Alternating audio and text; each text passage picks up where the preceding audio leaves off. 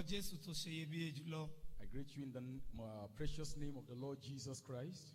Mo tún kí wa pé a kú ọdún ti conference. And I greet us happy conference in session. Lórúkọ Jésù ọdún ayọ̀ ni yóò jẹ́ fún wa. It shall be a glorious experience in Jesus' name.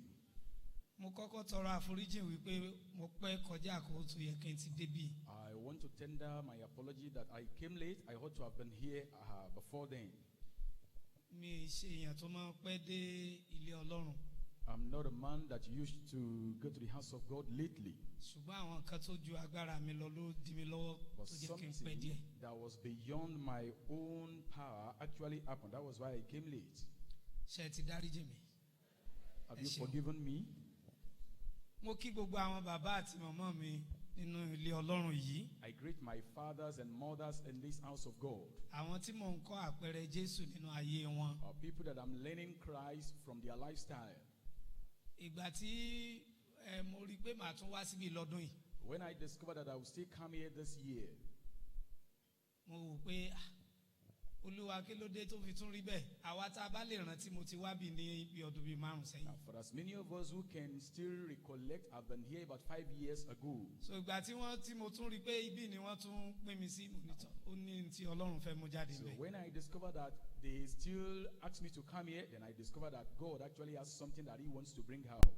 Ṣùgbọ́n ní nǹkan bí ọdún bíi 5 sẹ́yìn tí mo wá yẹn, bàbá mi Adéníjì ò sí lé lọ́jọ́ yẹn. But about 5 years ago that I came here, my father, Pa Adeniji, was not around. Màmá ni wọ́n wà nílé. So it was Mama that was on ground. Ṣùgbọ́n lónìí, But today, bàbá wà nílé. Baba was around. I mean, he's around. Ohun tí mo wá rí nínú ìpè àti iṣẹ́ ìránṣẹ́ yìí ni wípé And what I see in this call and ministry is that èmi ti jẹ́ ọmọ lábẹ́ bàbá tí àwa máa jókòó tí bàbá máa wàásù fún wa. now I've been a son under him that then he used to teach us and preach the word of God to us. Bàbá ní ó wà jókòó níwájú ọmọ tó mọ́ wà wàásù fún wa. And now, Baba will now sit and then the child will now preach to him. Rí tí ìpè sọ̀yàn dà báyìí. Now, don't you see what the call has made a man? Bàbá àti màmá lórúkọ Jésù ìmọ́lẹ̀ yín yóò máa tàn síwájú sí i. Papa and Mama, your light will keep shining. Bàbá àti màmá mi Ìṣọ̀lá. And my father and mother are the Isholas. Àwọn ni wọ́n gbẹ́ pẹ́ńsù mi láti tún mú díẹ̀ sí i. Now, they were the one that sharpened my pencil in order to be sharper. Lórúkọ Jésù Olúwa yóò máa tẹ̀yìn síwájú. So God will move you forward in Jesus' Bàbá name. àti màmá Kẹ́hìndé. And the Cain days. Nígbà tí wọ́n fọ̀rọ̀ wá mi lẹ́nu wò ní ọdún kan.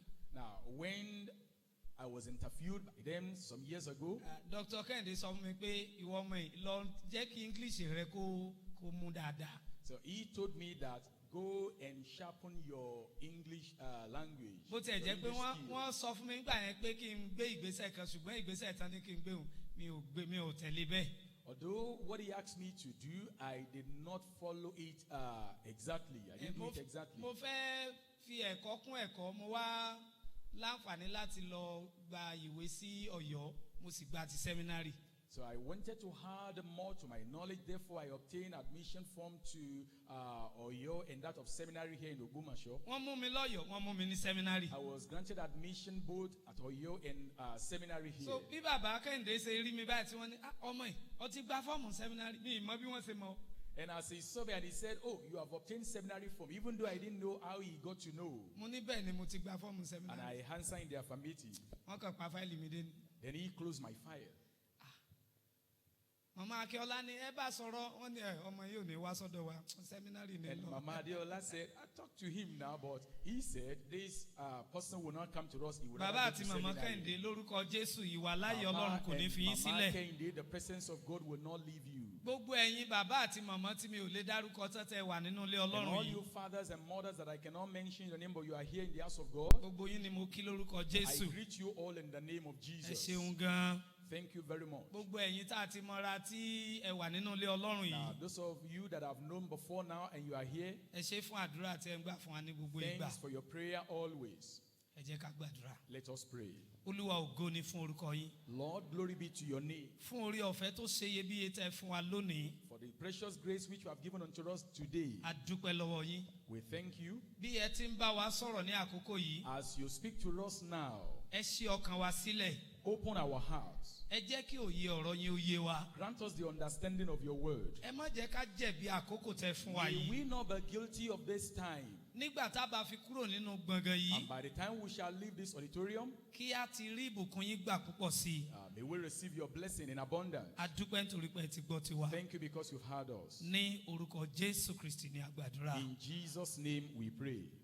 ní ọdún yìí, This year, ẹsẹ̀ bíbélì tí Olúwa fi sí àwọn ọ̀gá wa lọ́kàn, the Bible text that God put in the heart of our conference president òun ló wà nínú ìwé Tímótì kínní is found in the book of 1 Timothy, orí kẹrin chapter 4, ẹsẹ̀ ìkejìlá. verse 12. Tímótì kínní 1 Timothy, orí kẹrin chapter 4, ẹsẹ̀ ìkejìlá. verse 12. ó sọ báyìí wípé, It says thus. má ṣe jẹ́ kí ẹnikẹ́ni kí ó gan èwe rẹ, ṣùgbọ́n kí ìwọ kí ó jẹ́ àpẹẹrẹ fún àwọn tí ó gbàgbọ́ nínú ọ̀rọ̀, nínú ìwà híhù, nínú ìfẹ́, nínú ẹ̀mí, nínú ìgbàgbọ́, nínú ìwà mímọ́. Don't let anyone look down on you because you are young, but set an example for the believers in speech, in life, in love, in faith, and in purity. torí náà orí ọ̀rọ̀ tá a máa gbé yẹ̀wò lónìí, Therefore, the topic we shall be considering today ó ní a pè ní ète ìjọba Ọlọ́run, dídarapọ̀ pẹ̀lú Ọlọ́run nípa jíjẹ́ àpẹẹrẹ Kristẹni. is called Kingdom Purpose, engaging with God through exemplary Christian lifestyle. Ète ìjọba Ọlọ́run, dídarapọ̀ pẹ̀lú Ọlọ́run nípa jíjẹ́ alápẹẹrẹ Kristẹni. Kingdom Purpose, engaging with God through exemplary Christian lifestyle. Nígbà tí mò ń palẹ̀mọ́ fún iṣẹ́ ìránṣẹ́ yìí, While preparing for this ministration, ìbéèrè ló wá sí mi lọ́kàn now a question came to my mind pé kí n bi wá léèrè. that I should ask us. Tó bá sì ṣe é ṣe, mo fẹ́ kí a lè rí ẹnìkan tàbí méjì tó lè dá mi lóhùn. And if possible, I want to have about 1 or 2 people that will answer me. Ní ní ọ̀pọ̀lọpọ̀ orílẹ̀-èdè la ti ní ìgbóguntì sí àwọn Kristẹni. Now, almost all over the world, in every nation, we are having a kind of opposition or persecution Nínú against èyí tí Christians. orílẹ̀-èdè wa Nàìjíríà náà kò kúrò ńbẹ̀. In which our nation, Nigeria, is also inclusive. Ní orílẹ̀-èdè wa níbí, In this our nation, our ogun country. tí a lérò kó le jù lọ́wọ́lọ́wọ́ báyìí ó ní ogun àwọn Boko Haram. Now, what we refer to as the toughest battle we are battling with is that of Boko Haram. Ìbéèrè tí mo wá fẹ́ béèrè nìyí. Now, this is the question I want to ask. Ogun wo lẹ lérò kó le jù tó ń dojúkọ Kristẹni tàbí ìjọ Ọlọ́run lónìí? Ṣé ogun Boko Haram ni àbí ogun àwa Kristẹni? Now, which battle or what do you think is tougher out of that of Boko Haram or that of Christians against one another? Ogun ìbọn AK-47 lọ́wọ́ àwọn Boko Haram ò ní àbí tí àwa tá a jẹ́ Kristẹni ara wa? Now, is it that of the Boko Haram carrying AK-47 or those of us who are even Christians? Èwo ló fighting one burú jù tó ń another? ja ìjọ lónìí? Which one is more? Which one is tougher? Yes ma. Ogun ara wa. It is the one. I mean, our own infighting. Yes ma.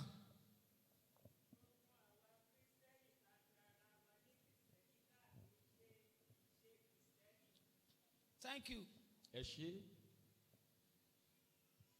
Inú mi dùn pé àwọn màmá wa méjèèjì tí wọ́n sọ̀rọ̀, wọ́n tètè lọ síbi tí ìdáhùn ìbéèrè yìí wà. I'm so glad that our 2 mothers that spoke actually nailed it. Fún ẹni tí ó bá ń ronú nípa ti ara, For someone thinking according to the flesh, ẹni tí ò ní òye ti ẹ̀mí, the one who lacks spiritual understanding, yóò sọ pé ogun ìbọn lọ́wọ́ àwọn Boko Haram ló le jù. will say that of Boko Haram is tougher. Ṣùgbọ́n mo gbà pẹ̀lú ohun tí àwọn màmá sọ. I agree with what Mama said. Nítorí pé ogun tó ń jà wá, àwa tá a pera wa ní Kristẹni ṣùgbọ́n tá ò fira wa hàn gẹ́gẹ́ bí Kristẹni, ogun yẹn ló burú jù. Because those of us that claim to be Christians but are not Christians, our own battle or what we are causing is even tougher or worse. Pé àwọn Boko Haram ń gbógun ti ìjọ Ọlọ́run tó jẹ́ inúnibíni kò ṣẹ̀ṣẹ̀ bẹ̀rẹ̀. that persecution is arising from Boko Haram, this one has not just started. Láti inú Bíbélì láti rí àwọn ìgbógunti bẹ́ẹ̀. Right from the scriptures, we have seen such kind of battles. Ẹ̀yin bàbá mi, ẹ̀yin màmá mi tẹ́ sì tún ti tẹ́ bí wa, ẹ tún rántí lórílẹ̀‐èdè wípé ogun Boko Haram yìí kì í ṣàkọ́kọ́ ní Nàìjíríà. And you are fathers and mothers, those of you that gave birth to us, you will recollect that this Boko Haram is not the first of its kind in Nigeria. Ìyàtọ̀ tó kàn wá ń bẹ̀ ni pé tàwọn Boko Haram yìí wọ́n ṣiṣẹ́ lọ́nà tó civilize, lọ́nà tó bá ti àkókò yìí mu, ó jẹ́ kí ẹ̀mí ogun yìí ogun díẹ̀. But the main difference is that the way they are operating is a civilized manner, and that is why the thing has lingered. Ẹ̀yin tẹ́ bí wọ́n rántí ogun Màtàsẹ́nì. Now, those of you that gave birth to us, you will remember Metasin Àbí bẹ́ẹ̀ kọ́? issue. Ogun kíni? Ó gbógun ti ìjọ Ọlọ́run náà ni àbí? It's also a war, an opposition against the Church of God. Ṣùgbọ́n lórílẹ̀‐èdè Nàìjíríà yìí kan náà. But in this same country, Nigeria, Àwa ìjọ Kristi borí ogun Màtàsẹ́nì gbà náà. now the Church of Christ overcame that of Metasin. Lórílẹ̀‐èdè yìí náà. This same country, Láti ní olórí búburú. we had bad leaders, Ṣùgbọ́n táwa ìjọ Ọlọ́run tá a borí ẹ̀. but that the Church of God overcame him. Kí ló wá dé tá a fi borí ogun Boko Haram Why lásìkò is yìí? it that we have not overcome Boko Haram issue this time Àrí around? àmì wa mọ́ ni. A ò rí àmì wa mọ́. We no longer see our sign. A ti sọ àmì wa nù. We have lost our identity. Àmì alámì là ń gbé So káàkiri. we are carrying someone else's Torí náà, ẹ̀yin identity. ènìyàn Ọlọ́run, Therefore, people of orí God, ọ̀rọ̀ yìí this topic ó ṣe pàtàkì púpọ̀ is very crucial fún àwa ìjọ Kristi lónìí for us, the Church of Christ today, láti kíyèsí to consider it káwo ibi tá a ti ṣìnà, and see where we have káwo missed ibi it, tá a ti kùnà, where we have failed. ká lọ tún ibẹ̀ yẹn ṣe. Then we go back and amend our way. Ìdí nìyí tó fi ṣe pàtàkì fún wa láti fi This ọkàn is sí. why it is so crucial to put our mind to Bí it. Olúwa sì ṣe ń ṣí wa ní ojú sí àwọn nǹkan And wọ̀nyí, as Olúwa God is yóò bùkún opening fún our wa. eyes to these things, God will bless us. Ẹ kí hallelujah. Shout hallelujah. Bó tilẹ̀ jẹ́ pé àwa tá a bá láǹfààní láti lọ sí àwọn láti wà ní abẹ́ àwọn ètò wa ní conference lọ́dún yìí, a ó tún máa gbọ́ àwọn ẹ̀kọ́ yìí síwájú sí. Although for as many of us who will be opportune to attend conference in session this year, you will hear more about it. Àwa tá a bá ti ṣe ìforúkọsílẹ̀ fún conference, ó ṣeé ṣe ká ti bá ìwàásù àwọn ẹ̀kọ́ yìí pàdé nínú àwọn ìforúkọsílẹ̀ wa. For those of us who have registered for conference in session, we would have come across this message in our program booklet. Ṣùgbọ́n bí Ọlọ́run ṣe fi sí mi lọ́kàn, But as God laid it in my heart, nígbà tí mo palẹ̀ mọ́ fún orí ọ̀rọ̀ yìí, while I prepare for this topic, bẹ́ẹ̀ náà ni wọ́n ṣe bá wa sọ̀rọ̀. that is the same way I will pour it Ó out. ṣeé ṣe kí àwọn àgbékalẹ̀ mi ó ra yàtọ̀ díẹ̀. It might be possible that my own presentation Àwọn might be tí quite èmi ó máa different. fi ṣe kókó ó lè yàtọ̀ díẹ̀. Now, what I will be presenting as points might be different. Ṣùgbọ́n mo wà nínú iṣẹ́ tí wọ́n rán wa But gan. I'm still within the context of the message. wà nínú given to Bíbélì. me. I'm still with the scripture. Torí náà kókó abala àkọ́kọ́ tí màá kọ́ pín pẹ̀lú wa, Therefore, the first point I will share with you ó ní mo pè ní ìdí fún Pọ́ọ̀lù láti gba Tímótì níyànjú. is what I titled Reason for Paul to Admonish Timothy. Nínú ìwé Tímótì tí a ti mú ẹ̀kọ́ yìí, Now, in the book of Timothy, where we took this lesson, mi ò ní ṣẹ̀ṣẹ̀ fi àkókò ṣòfò láti sọ fún wa wípé Pọ́ọ̀lù ló kọ lẹ́tà yìí sí Tímótì. I won't waste time to begin to say it was Paul that wrote this letter to Timothy. Ìwé Tímótì sì jẹ́ ọ̀kan nínú àwọn lẹ́tà Pọ́ọ̀lù. And the book of Timothy is one of the epistles of Paul. Lẹ́tà méjì ló kọ sí Tímótì. He wrote 2 epistles unto Timothy. Eléyìí jẹ́ àkọ́kọ́ This happens to be the first nígbà tá a one, rí èkejì náà. while we also have the second one. Ó sì kọ lẹ́tà yìí fún àwọn ète pàtàkì yìí. And he wrote this letter for specific reasons. Torí pé Tímótì jẹ́ ọmọ fún Pọ́ọ̀lù nínú Olúwa. Because Timothy was a son in the Lord unto Paul. Ní àsìkò tá a sì ń sọ̀rọ̀ yìí, Pọ́ọ̀lù ti wà nínú ẹ̀wọ̀n àhámọ́lé. And as at that time, Paul was in prison. Kò ní àǹfààní láti máa lọ káàkiri bó ṣe ń lọ He tẹ́lẹ̀ had no mọ́. opportunity to go around as usual. Ṣùgbọ́n Tímótì tó jẹ́ ọmọ fún Pọ́ọ̀lù nínú Olúwa, But Timothy, who was a son unto Paul in a the ti Lord, gbé àwọn iṣẹ́ ìránṣẹ́ kan lé lọ́wọ́ a certain work had been committed into his hand ní àwọn agbègbè tá a pè ní Asia Minor. in area that is referred to as Asia So, Minor. agbègbè yìí that area. àwọn èèyàn kan náà ń gbà wọ́n ń kọ́ ẹ̀kọ́ kiri tí wọ́n ń kọ́ àwọn èèyàn. There were some people there that were teaching people here and there. ní orúkọ páwọn ń kọ́ wọn ní ẹ̀kọ́ ọ̀rọ̀ Ọlọ́run. In the name that they were teaching them the word of ṣùgbọ́n God. nínú ẹ̀kọ́ wọn. But in their teaching, ìṣe ni wọ́n ń dorí bíbélì kodò. they were twisting the Bible. ìṣe ni wọ́n ń fún àwọn èèyàn ní ẹ̀kọ́ kẹ́kọ̀ọ́. They were feeding people with heresy. ọ̀kan ara àpẹẹrẹ ẹ̀kọ́ tí àwọn yẹn mú káàkiri ń gbà yẹn ni Now, pé one of the examples of the teachings of those people then, Jésù Kristi Jesus Christ Ọlọ́run ni is God, kì í ṣènìyàn. not man. Ọlọ́run ni He is God kì í ṣènìyàn. and not man. àwa tá a bá ní bíbá Ọlọ́run pàdé wa ojoojúmọ́ Now, those of us that have daily encounter, tá a ti bá Ọlọ́run pàdé and we lónìí. have actually encountered a ó God rí i pé today, ibi tí a lọ nínú ìwé Jòhánù kìíní you nìyẹn. will see that is where we actually touch in the book of 1 John.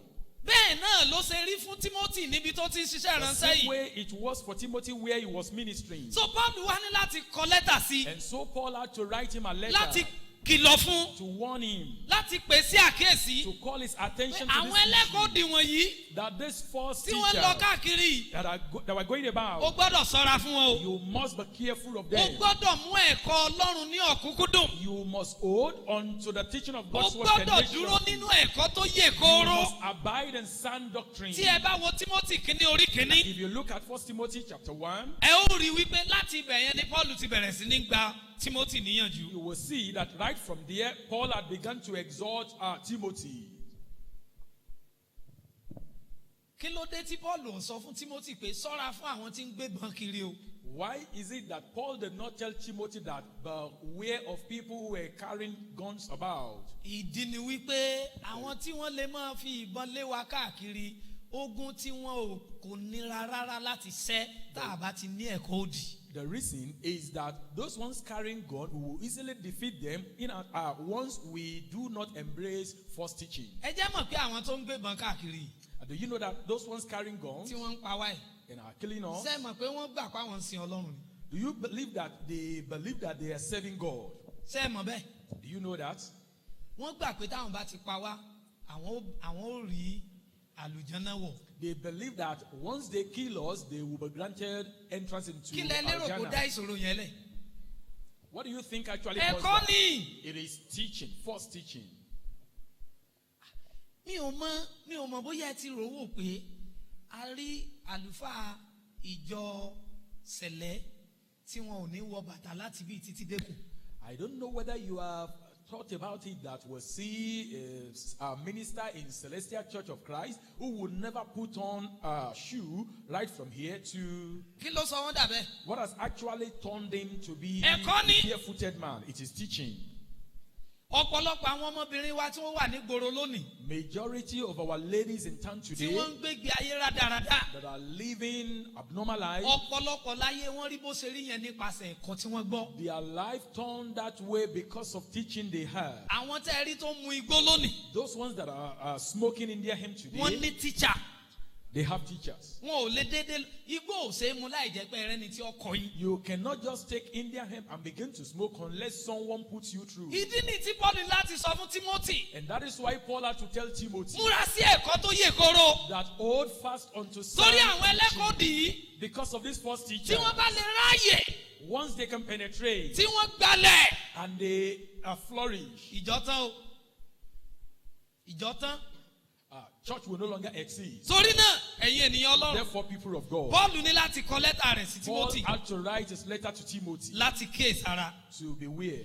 ó tún sọ fún Timothy He pé also told Timothy that gba àwọn ènìyàn tí ẹ̀jọ́ ń ṣiṣẹ́ tó ń kọ́ lẹ́kọ̀ọ́ bá wọn sọ̀rọ̀ gbà wọ́n níyànjú kí àwọn náà ó dúró nínú ẹ̀kọ́ tó yè kóró. admonish fellow workers with you to stand firm in sound doctrine. ìdí ni wípé The reason is ẹni tó ń fi gbogbo ìgbà kọ́ ni the one who teaches always, tó bá dé àkókò kan when it gets to a time, òun náà yóò sún sẹ́yìn díẹ̀. he himself will retreat. àwọn tí ń kọ́ yẹn And those ones he is teaching òun ni yóò tún wà níwájú. will also be at the forefront. gẹ́gẹ́ bí mo ṣe sọ fún wa lẹ́ẹ̀kan As I told you earlier on, ká sọ pé irú bàbá Adéníjì wọn ti ń kọ́ wa ní kọ̀ọ̀kúkọ̀ ń gbà náà. had it been Adeniji had been teaching us wrong doctrine, irú òní tí mo wá dé yìí like today that I'm tí here, bàbá náà wà ń bí. and Baba is ṣé ẹ also mọ̀ pé here, kọ́tà kọ́ mi lèmi náà máa kọ́ wọn báyìí. do I will also be teaching him what he taught us then? hello.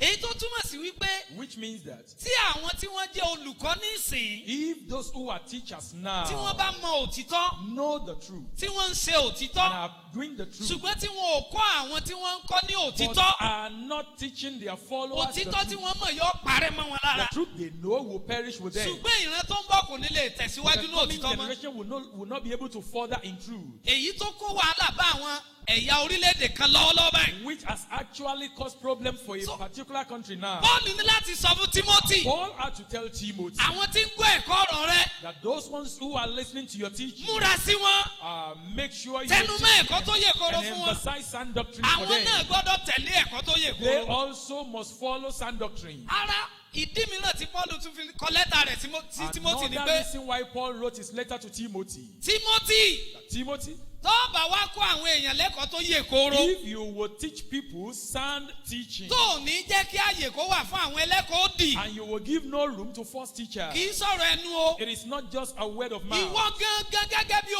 olùkọ́ yourself as a teacher, o gbọ́dọ̀ jẹ́ ẹni tí wọ́n mọ̀ rí you àpẹẹrẹ must for ẹ̀kọ́ yẹn lára someone they will see good examples from. It's irú like, ẹ̀kọ́ wo ni mo fẹ́ kọ́ àwọn ọmọ ìjọ now, mi which kind of teaching do I want to teach my church members? nígbà tí mo bá déwájú wọn tí mo ní ẹ mọ́ ságbèrè mọ́ When I stand before them saying, Ẹ do má not jalè commit mọ́. fornication, do not steal, ẹ gbọ́dọ̀ mutí and do not drink. ṣùgbọ́n èmi tí mò ń kọ́ wọn But I myself, the teacher, tá a bá ti dé pàdé kan once we get to a meeting, bóyá nítorí pé mo lérò pé àwọn ọmọ ìjọ mi ò sí mbẹ̀ probably because I think my church màá members kàn ra are wá not there, bí ibi tó sákọ̀rọ̀ kan I will just look for a secluded place. ẹ jọ̀ọ́ ẹ bá mi wẹ́ mu díẹ̀ mbẹ̀ yẹn Just please get me palm wine there, kéèyàn ó fi kúlù ọpọlọ just to cool down my brain.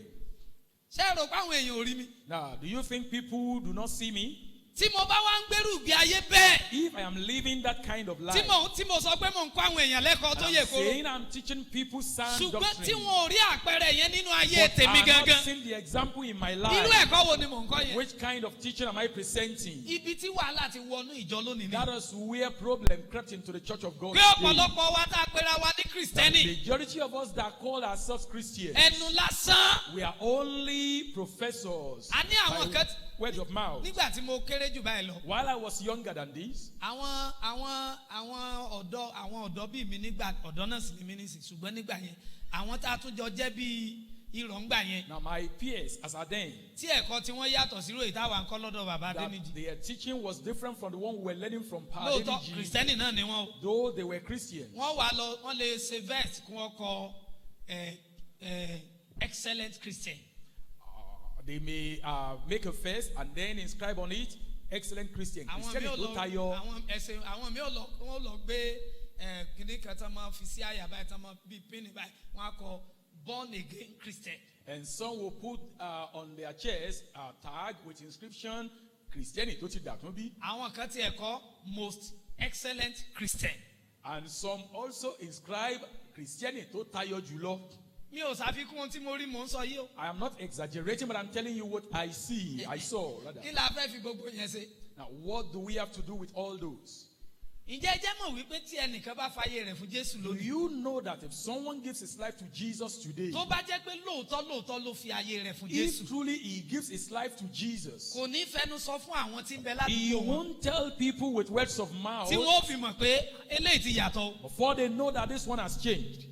ṣùgbọ́n lónìí But today, pẹ̀lú gbogbo oríkì tá a pera wa náà. with all the appellations and titles, we àwọn èèyàn call tún máa sọ ourselves, fún wa pé ṣebí kìrìsìtẹ́nì lẹ̀ sì pera yín. people will still be telling us that you call yourself a Christian. àwọn ìpèníjà tó wà ní àkókò ti Timothy náà nìyí. These were the challenges that were during the time of Timothy. Pọ́ọ̀lù láti sọ fún Timothy pé Timothy Paul had to tell Timothy, saying, ó gbọ́dọ̀ gbé Timothy, ìgbé ayé àpẹẹrẹ ẹ̀kọ́ tó you ń must kọ́. live an exemplary life in line with the àwọn teachings èèyàn which gbọ́dọ̀ are rí teaching. Jésù nínú ayé rẹ̀. People must see Jesus in you. Pọ́ọ̀lù ti sọ̀rọ̀ ó sọ ní àwọn àkókò kan ó ní ẹ máa ṣe àfarawé mi. Paul spoke Bí at mo the ti ṣe time, àfarawé Kristi. saying, imitate me as I imitate Christ. mélòó nínú àwa kìrìsìtẹ́nì How lónìí many of us Christians la today lè sọ fún ọmọ wa can tell our children pé ìwọ ò ṣe máa ṣe bí mo ṣe ń that ṣe. why can't you behave the same way I'm behaving? mélòó nínú àwa adarí ìjọ How many of us church leaders la lè sọ fún ìjọ wa can tell our church members, ẹ ṣe bí mo ti ń ṣe. behave as I do behave? àbí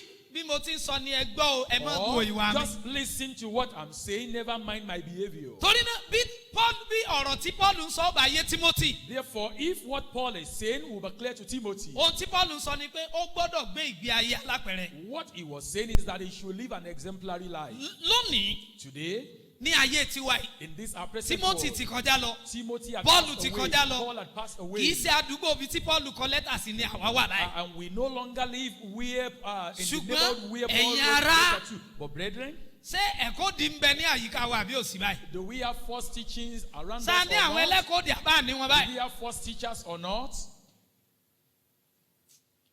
Ó mọ pààyàn lẹ́kún. They do bring tears. Mi ò mọ tí ẹ̀yin tẹ́ wà ní ìgboro Ògbómọ̀ṣọ́, mi ò mọ púpọ̀ nínú tí ẹ̀ ń dojúkọ nínú ọ̀rọ̀ àwọn ẹlẹ́kọ̀ọ́ dì. I don't know what you people in town are facing concerning these false Ṣùgbọ́n teachers. àwa tá a wà ní agbègbè, But those of us in suburbs a ní ìpèníjà tó pọ̀ gan-an. will have a great challenges. Ilé ìwé tó ga jù tọ́mọ lè lọ lágbègbè ní secondary school. The highest school of learning our own environment is secondary school. Tó bá ti parí secondary school báyìí, And once that person is through with secondary bóyá a education, fẹ́ o, bóyá a kọ̀ o, either we like it or not, yóò kúrò lọ́dọ̀ wa. he will leave us. Ẹlòmíì ó sọ pé òun fẹ́ kàwé sí i. Someone will say he wants to further his Àwọn education, míì ó fẹ́ kọ́ iṣẹ́. and some will want to learn one vocation or Àwọn the tó fẹ́ other. kọ́ sẹ́gun ọ̀pọ̀lọpọ̀ sẹ́tàn fẹ́ kọ́ ni ò sí lágbègbè. Majority of those who want to learn one vocation or the So, other do not wọ́n ní have láti it in wá the sí suburb. ìgboro báyìí. They will have to come down to town. Púpọ̀ nínú wọn wọ́n lọ sékòó. Majority of them will go to Àwọn Lagos. míì ò lọ sí Ìbàdàn Some will go to Ibadan, àti bẹ́ẹ̀ bẹ́ẹ̀ lọ. and so on. Ṣùgbọ́n àwọn ọmọ táwa ti ń bá sọ̀rọ̀ wípé ọ gbọ́dọ̀ bóra. But those ones they have been talking to, that you should not bleach. Mo gbé ṣòkòtò sí no waist àbí kí Do náà pé not sag your trousers. àwọn irun tẹ̀ ń ṣe mọ́ ṣerun bẹ́ẹ̀. And that kind of hairdo, Inú Ọlọ́run ò don't dùn do sírú it. àwọn ìmúra God báyìí. is not happy to such kind Téèyàn of bá múra bẹ́ẹ̀ ọ̀run àpáàdì ni ó lọ. If you do that, you will end up in hell. Àwọn ọmọ yẹn sì ń bẹ̀rù nítorí pé ojú wa à ń rí wọn gbogbo gbà. And those ones, they were listening because we were seeing them from time to time. Wọ́n tún máa fi wá dẹ́rù bara wọn ní jẹ́ kí dádì ọgbà wọn. And they will still be telling one another that let daddy catch you. Ṣùgbọ́n táwọn ọmọ yẹn bá ti parí iléèwé grammar school tán bá ti lọ báyìí. As they are through with their secondary education and Wọ́n á wá lọ bọ́ sọ́wọ́ àwọn pásítọ̀ bíi wa náà. they will now fall into the hands of pastors like us. Tí ìyàwó pásítọ̀ wọn ń bóra. That the pastor's wife is bleaching. Tí pásítọ̀ fúnra ara rẹ̀ tó náà ń gbé ṣòkòtò sí. And pastor himself is sagging his trousers. Táwọn bá wá padà dé. And when they come back to us, Àwọn pásítọ̀ wa old school ni wọ́n. that they will now be saying that our pastors are old school. Pásítọ̀ wo ò rí náà. Our pastors are not exposed. Wọn ò lajú. That they are not civilized. Tábà ní ibo lẹ́tí gbọ́ pásítọ̀ kan báyìí báyìí jẹ́ fáwọn náà. And if you Àtẹ̀bá ask rí them, where do irun tí you hear pásítọ̀ that sọ́sọ́ kind? They will say, sọ́sọ́. one pastor like this, even if you see his hairdo. Ó wá jẹ́ ìṣòro púpọ̀ fún wa. And so it's a great challenge to us. Láti máa padà dá ọkàn wọn padà sínú òtítọ́ ọ̀rọ̀ Ọlọ́run. To turn their heart back into the truth of God's word. Nígbà tí àwa tá à ń pariwo fún àwọn ọ̀dọ́mọbìnrin wa. While we were telling our lady Ó yẹ kó o para rẹ mọ́. that you need to keep yourself. Nígbà táwọn ọmọ yẹn bá wá jáde. And once they go out, Ní táwa ti ń sọ fún wọn pé kí wọ́n pamọ́. what we have been telling them to keep, Pásítọ̀ náà ni yóò wá dísfàjì wọn. it is even a pastor that will disparaging them. Wọ́n sì tún wá àwọn ẹsẹ̀ bíbélì kan tí wọ́n kà sí wọn létí. And they will look for Bible verses they will read to their hearing. Sòtán bá wá padà dé tá a bá rí i pé wọ́n ti dá nǹkan míì. So once they come back and we observe that they have turned to something else, Ojú wo ni wọ́n wá fi máa wo àwa tá a ti bá wọn sọ yẹn tẹ́lẹ̀? how will they be viewing or considering us? Those of us that have spoken Ẹ̀kọ́ to them nìyí ti earlier. pọ̀. Now this first teaching Yàtọ̀ sí àwọn èyí tí mo sọ yìí. apart from those I've mentioned, Orí òkè ńkọ́. what about mountains? Àfi kí àpáta kan mọ́ kí àpáta ọmọ rà yọ báyìí níbòmíì láwọn agbègbè. It's only if you do not have a rock that springs up, that is when you will not Ó ti have a dorí òkè mountain nù. of prayer. Otherwise, Òkè járí ẹgbà lójijì. the mountain of rescue me instantly. Oh my God. Tó bá tiẹ̀ wá jẹ́ pé nígbà tí wọ́n ń dórí òkè lẹ̀ ẹ̀kọ́ òdodo ẹ̀kọ́ òtítọ́ tó yè koro ni wọ́n ń kọ́ wọn. If Mi ò when bá mọ̀ they ní get ìyọnu to the bẹ́ẹ̀. mountain, they were teaching them the truth of God's word, I wouldn't have any problem. Tó tó bí nǹkan bí 70% of our church member ni About wọ́n máa ń lọ sórí 70% òkè. of our church members always go to prayer mountains. Tán bá wá débẹ̀ When they get there, wọ́n fún wọn lóríṣiríṣi ẹ̀kọ́. they will give them different kinds of Sẹ́ẹ̀sì mọ̀ teachings. pé àwọn yẹn, And you know that those àwọn ones, lè ṣèlérí tí wọn ò tágbára wọn ò lè ka they títí ayérayé can fún wọn. promise what they can never do throughout their lifetime. Kì í ṣe pé ò sọ́lọ́run nínú ìjọ wa o. It is not that there is no God in our church, Ṣùgbọ́n nítorí ayé fẹ́ràn òkùnkùn jùmọ́lẹ̀ lọ. but because the world prefers darkness to Wọ́n light, fẹ́ràn ẹnu tó dùn. they prefer, sugar-coated mouth. So wọ́n tán bá ti dọ́dọ̀ wọn tí So wọ́n once they ṣèlérí get to fún wọn. them and they make promise to them. Kódà àìsàn tó yẹ kó jẹ́ pé ó yẹ kó gbé lọ sí hospital Now, fún a kind treatment. of sickness they ought to take to hospital for treatment, Wọ́n ní ẹ máa gbé bọ̀ lórí òkè. they will say, bring it to the máa mountain. gbé bọ̀ lórí Bring òkè. it to the mountain. Yóò gba ìwòsàn. And that person will be healed. Mi ò sì síyèméjì agbára Ọlọ́run fún ìwòsàn. I do not doubt the power of God for Mo healing. gbàgbọ́ pé Ọlọ́run lè wo ni sàn láì I lọ sí hospital. believe that God can heal without one going to hospital. Àìmọye iṣẹ́ ìyanu lolúwa ti ṣe nú àwọn ìjọ wa. Many miracles God had performed in our church. Ṣùgbọ́n nítorí ẹ̀tàn, But because of deceit, àwọn èèyàn lọ. people will go. Wọ́n wá sọ́dọ̀ tiwa náà, wọ́n wá They will at least also wọ́n wá come to church on Lord, Sunday. at least on Sunday. Ṣùgbọ́n gbogbo ohun táwa bá ń sọ báyìí, But all we are saying, wọ́n máa ń yín mú ni. they will just be, Èyí tẹ́yìn ò dá kan mọ̀. you don't know anything. Ẹ mọ̀ kankan. You know nothing. Àdúrà ká tètè wá ní ẹ̀dá kí wọ́n sá tètè parí ìsìn. Let him round up the service on Torí time. àdúrà járe rẹ gbà kíákíá ó wà lọ́sàn-án Because bá ti that kó prayer ní of church. collect your goodness on time, we have it in the afternoon. Bàbá ìwé mi ò ní kún ọ parí náà. This man round it off. Wọn ọmọ wàásù mi wà ní.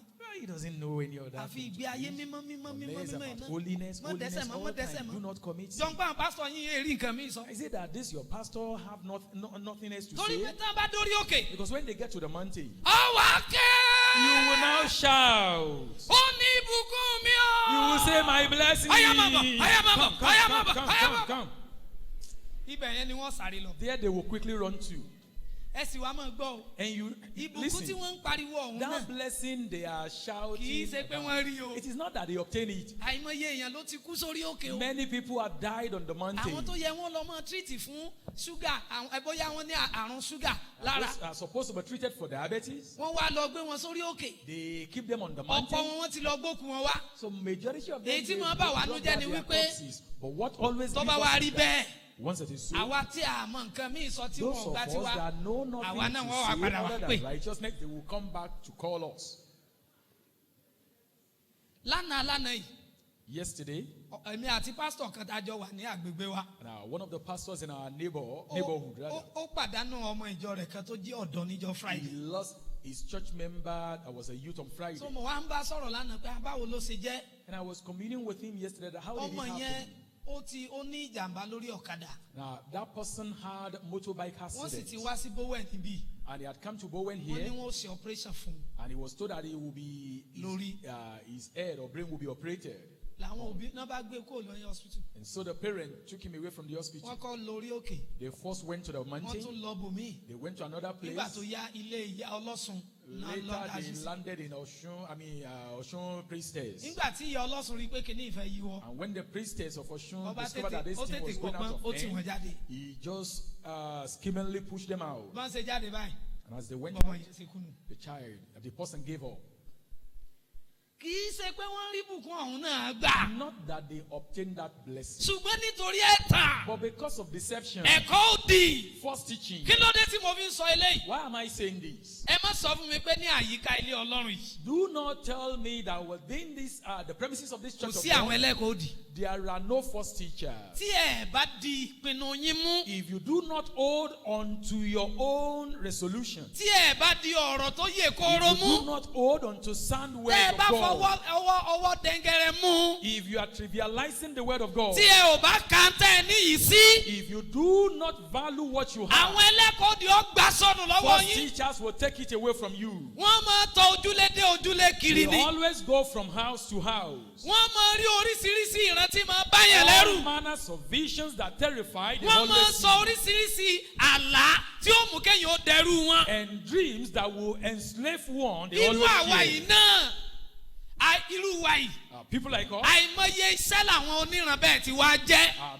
People like that have come even to deliver many messages. Ṣùgbọ́n nítorí pé a ti mọ òtítọ́. But because we have known the truth. A sì dì í mú. And we hold on to it. Wọn ò wá rí wa gbá kúrò nínú òtítọ́ We náà. are unable to sweep us away from the truth. Kó tó di pé bàbá wa Adéníjì dé ọjọ́ bá ń gbà náà. Before our father got to Ojoba then. Mo wà nínú àwọn ọ̀dọ́ tí wọ́n rí bí ọ̀dọ́ tó burú nínú chọ́ọ̀chì yẹn. I was one of the youth that people see as the fanatics. Ẹ̀yin tẹ́ ẹ jẹ́ àgbàlagbà mọ bọ́jọ́ ọba ṣe rí kí bàbá tó. Those of you who were headless, you knew how Ojoba was before Baba came in. Ṣùgbọ́n nígbà tó dé àkókò kan àwọn àgbààgbà jọ nígbà yẹn wọ́n ṣèpàdé wọ́n ní àwọn ọ̀dọ́ kan wọ́n ní yọ ìjọ lẹ́nu wọ́n lè wá kúrò mo sì wá nù wọn. But when it got to a time, the elders in the church, they said, oh, there are some youth in the church that are actually troubling us. And so we need to excommunicate them. Ẹ mọ̀ sí gbọ́ And I ìyọnu was tí mo one sọ of yìí them. àwa àbájọjà o. Do not misinterpret what I'm Mo saying. wà nínú àwọn iṣẹ́ ìjọ fún ògo Ọlọ́run. To the glory of God, I was in the church. Ṣùgbọ́n serving. ìyọnu tá à ń kó bàjọ́ ń gbà yẹn ni pé But the problem we were causing for the church ìjọ then yìí was ìjọ Jésù ni. that this church is the church of Ó sì Christ. gbọ́dọ̀ jẹ́ ìjọ nítòótọ́. And it must be the church indeed. Gbogbo ẹ̀yin tẹ́ ẹ jẹ́ lẹ́mìí òkùnkùn Those of you who are into occultism, nínú kẹ́ ẹ yí padà it is either you change tàbí kẹ́ ẹ fi jọ ilé. or you leave this church. Níta fi jẹ́ ọmọ burúkú fún wọn nìyẹn. That was how we became fanatics. Àwa Then, akóra wa tán bá ní àmọ́ gbàdúrà bí kan máa tún bọ́ bò mí. if they ask us Àdúrà not to pray somewhere, Olúwa we will go to gbàjọ another yìí place and pray Olúwa that God should gbàjọ take yìí. over the church. Nígbà tán wá ṣèpàdé tí àwa gbọ́ And when they held their meeting and we heard about it, lára àwọn tá a jọ jẹ́ ọ̀dọ́ ńgbà náà. those people that were youth together Àwọn then, kan wò pé tán bá ti lé àwọn ọmọ lọ. some people thought that once they excommunicate them, they will also Ṣùgbọ́n leave. èmi But mo ti gbọ́ ẹ̀kọ́ kan lẹ́nu bàbá Lásẹ̀yìndé. I have heard a teaching from Baba Bó ṣe dé Lasende. àsìkò yẹn ara àwọn ẹ̀kọ́ tí mo gbọ́ lẹ́nu bàbá Lásẹ̀yìndé ni mo rántí. And as at that time, I remember that teaching I heard Mo from ní his kò mouth. sí ẹni tí ó lé mi kúrò ní ṣọ́ọ̀ṣì tí ẹnu mi ó fi tọrọ. And I said, no one will drive me out of the church. Mi ò ní until jáde I'm kúrò ní able to- chọ́ọ̀chì tí màá fi lè rọ́rọ̀ sọ. I will not leave this church until I have my say. Àwọn èèyàn tí wọ́n mọ̀ mí tí wọ́n sì mọ ìjọ tí mò ń lọ àwọn kan fẹ́ yí mi lọ́kàn padà pé kò yẹ kí n máa lọ chọ́ọ̀chì un torí chọ́ọ̀chì un kìí ṣe chọ́ọ̀chì kìíní kankan mo ní no chọ́ọ̀chì Jésù ni. People who knew me then and they knew the kind of person I was and the church I was attending, they were telling me that you are not supposed to attend that church. You are supposed to Àwọn change the èèyàn wa church. kọ̀ọ̀kan kúrò ní chọ́ọ̀chì. Now, some of us left the church. Ṣùgbọ́n èmi jọ́ kan náà àwọn tí ò kú But ní I chọ́ọ̀chì. was one of the people that refused to leave. Ọlọ́run sì gbàdúrà wa. And God answered our prayer. Nígbà tó lúwa ó gbàdúrà wa. When God will answer our Ó prayer, múra àwọn bàbá Adéníjì dé. He brought Baba Adeniji. Bí náà ṣe ranú. And that was how fire Mo sparked. mọ̀ padà sọ̀rọ̀ ń ṣọ́ọ̀ṣì yẹn. And eventually I spoke in that same church. Ẹ kí hallelujah. Shout hallelujah. Ẹnìkan sọ fún mi nígbà yẹn ó ní chọ́ọ̀chì òkùnkùn ni mò ń lọ kí n kó ń bẹ́ẹ̀. Someone told me that I was attending a church where occultic people are worshiping. I should leave the Mo wá church. bí léèrè mo ní kí ló dé tó fi ní chọ́ọ̀chì tó fi ní kí n kó ń bẹ́ẹ̀. And I asked the person, why do you ask me to leave? Ó ní ọmọ ìmọ́lẹ̀ lèmi kò yẹ kí n wà níbi tó kúnkùn wà. He said that I'm a child of light and I'm not supposed to be where darkness is. Ọ̀rọ̀ tó sọ ń gẹ́ lọ parí gbogbo ọ̀rọ̀. And I said, what you have said actually Tó settles bá it jẹ́ all. wípé ìmọ́lẹ̀ ni mí And lóòótọ́. if I am light Tí indeed, wọ́n bá rí i pé ọmọ Ọlọ́run ni mí and lóòótọ́. you see that I'm a child of God Èmi kọ́ ló indeed, yẹ kí n sá fún òkùnkùn. I'm not supposed to run away from darkness. Òkùnkùn ni ọ̀sẹ̀ kí ni. It is darkness that is supposed to run away from me. Fún ògo Ọlọ́run. To the glory of God, Àwa tá a dúró tá a pinnu. those of us that resolutely stood our ground, Àwọn tí ń bẹ ní òkùnkùn tí wọn ò fẹ́ kó ń bẹ̀. those in darkness and refused to leave, Wọ́n sá fún wa ni. they eventually ran away Wọ́n fi from us. chọ́ọ̀chì yẹn lẹ̀. They left that church. Ìjọ sì di ìjọ Jésù ní And tòótọ́. the church became the church of Christ Ẹ indeed. kí hallelujah. Shout hallelujah. Nígbà tí ẹ má bínú pé mò ń sàǹdàkọ̀ bàbá Adéníjì lónìí. Do not. Ẹ má ṣé bàbá ò bínú báyìí. I hope you are not offended that I'm Torí tí mentioning Olúwa ti his tinú name. ayé wọn ṣe. Kò Because sí of ọgbọ́n what tí mo fẹ́ dá sí God tí mo had lè done fi through bò. his life, there is no way I can dodge it. Nígbà tí bàbá bẹ̀rẹ̀ iṣẹ́ ìrànṣẹ́ lọ́jọ́ And wa. when Baba began his ministry, Iná ràn.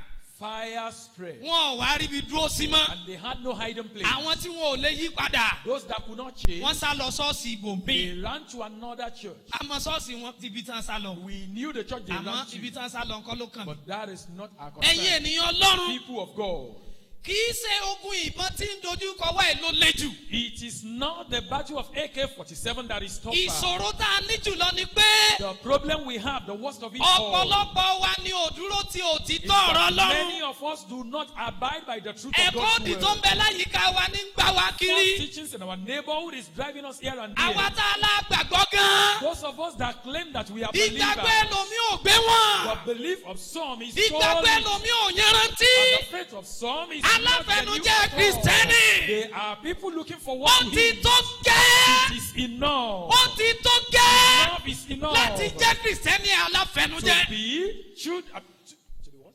Kristẹni aláfẹnujẹ́. To cease being professor of ẹ wo religion. wọ́n máa lo àṣà kan láàrin àwọn èèyàn kan wá ní ẹni tí ó bá ní ṣe wèrè kó fi wèrè lẹ̀ fáwọn tí ó ṣe wèrè má bà wèrè jẹ́ fáwọn tó fẹ́ ṣe wèrè. That if you don't want to behave as someone who is mad, just leave the madness for people that want to run mad. àrọwà Ọlọ́run tí Olúwa fi rán wa ni pé That what God has sent ẹ jẹ́ kí is that gbogbo wa gba ìgbàlà. all of us should receive ká salvation. gba Jésù ní tòótọ́ Receive Jesus láti indeed, inú ọkàn wa. right from our tó o bá heart. wá sọ pé And if you now say o ò fẹ́ ìgbàlà that tàbí you do lọ yìí not want that tí salvation, o bá ti tẹ́ Ọlọ́run that if you are not satisfied má with bá wa it, jẹ́ Pọ́ọ̀lù mọ́. then don't be a Paul with us. lọ́mọ jókòó mi kan Go máa lọ. and bear another name. Go fi away from Jésù us. lẹ̀ fáwọn tá a fẹ́ràn Leave Jésù. Jesus for us who love Jesus. ó ń ṣe àkóbá púpọ̀ fún You wa. are causing us more harm. ẹ kí hallelujah. Shout hallelujah. mo fẹ́ gbà wá níyànjú láti di àwòkọ́ṣe rere. I want to exhort us to be good examples. ẹ kí hallelujah. Shout hallelujah.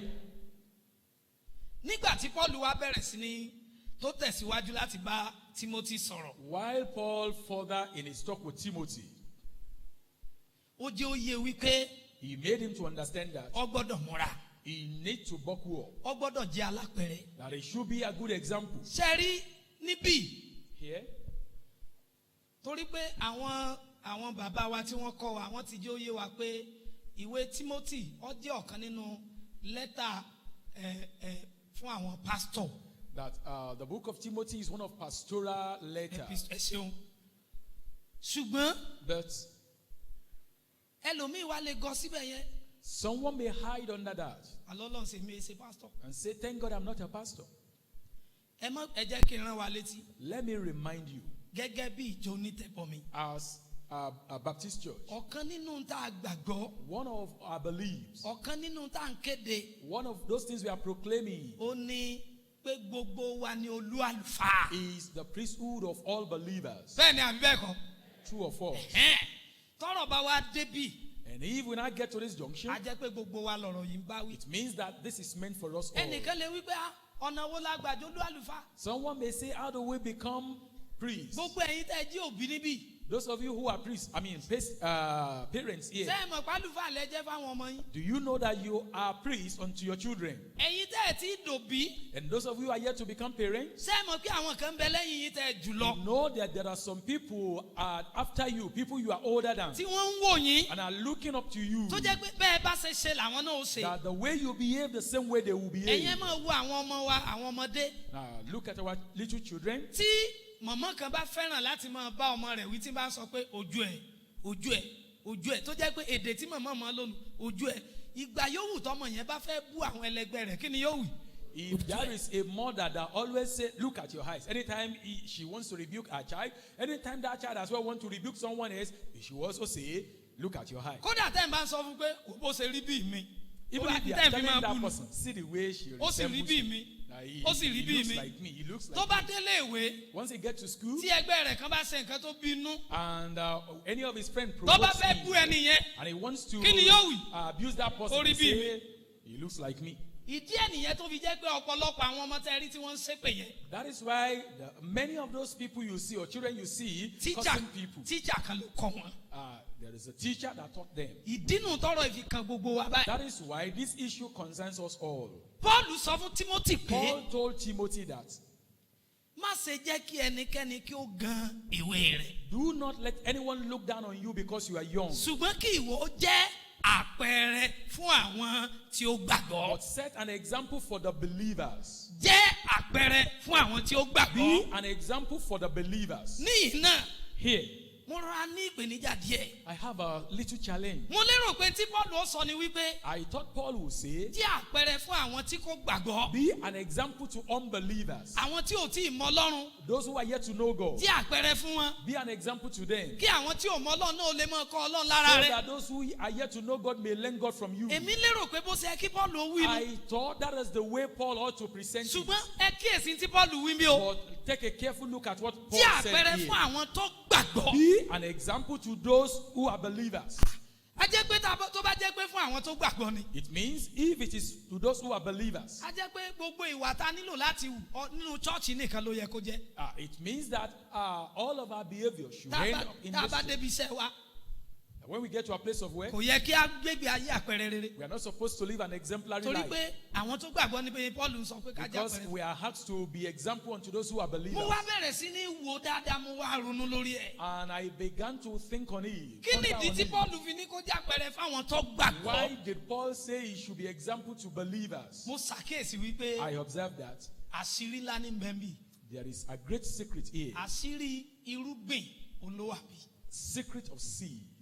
ṣé ẹ mọ̀ wípé tí ẹ bá fẹ́ gbin àgbàdo That if you want to plant maize, ẹ yọ àgbàdo lẹ́gbìn. it is just a grain you will plant.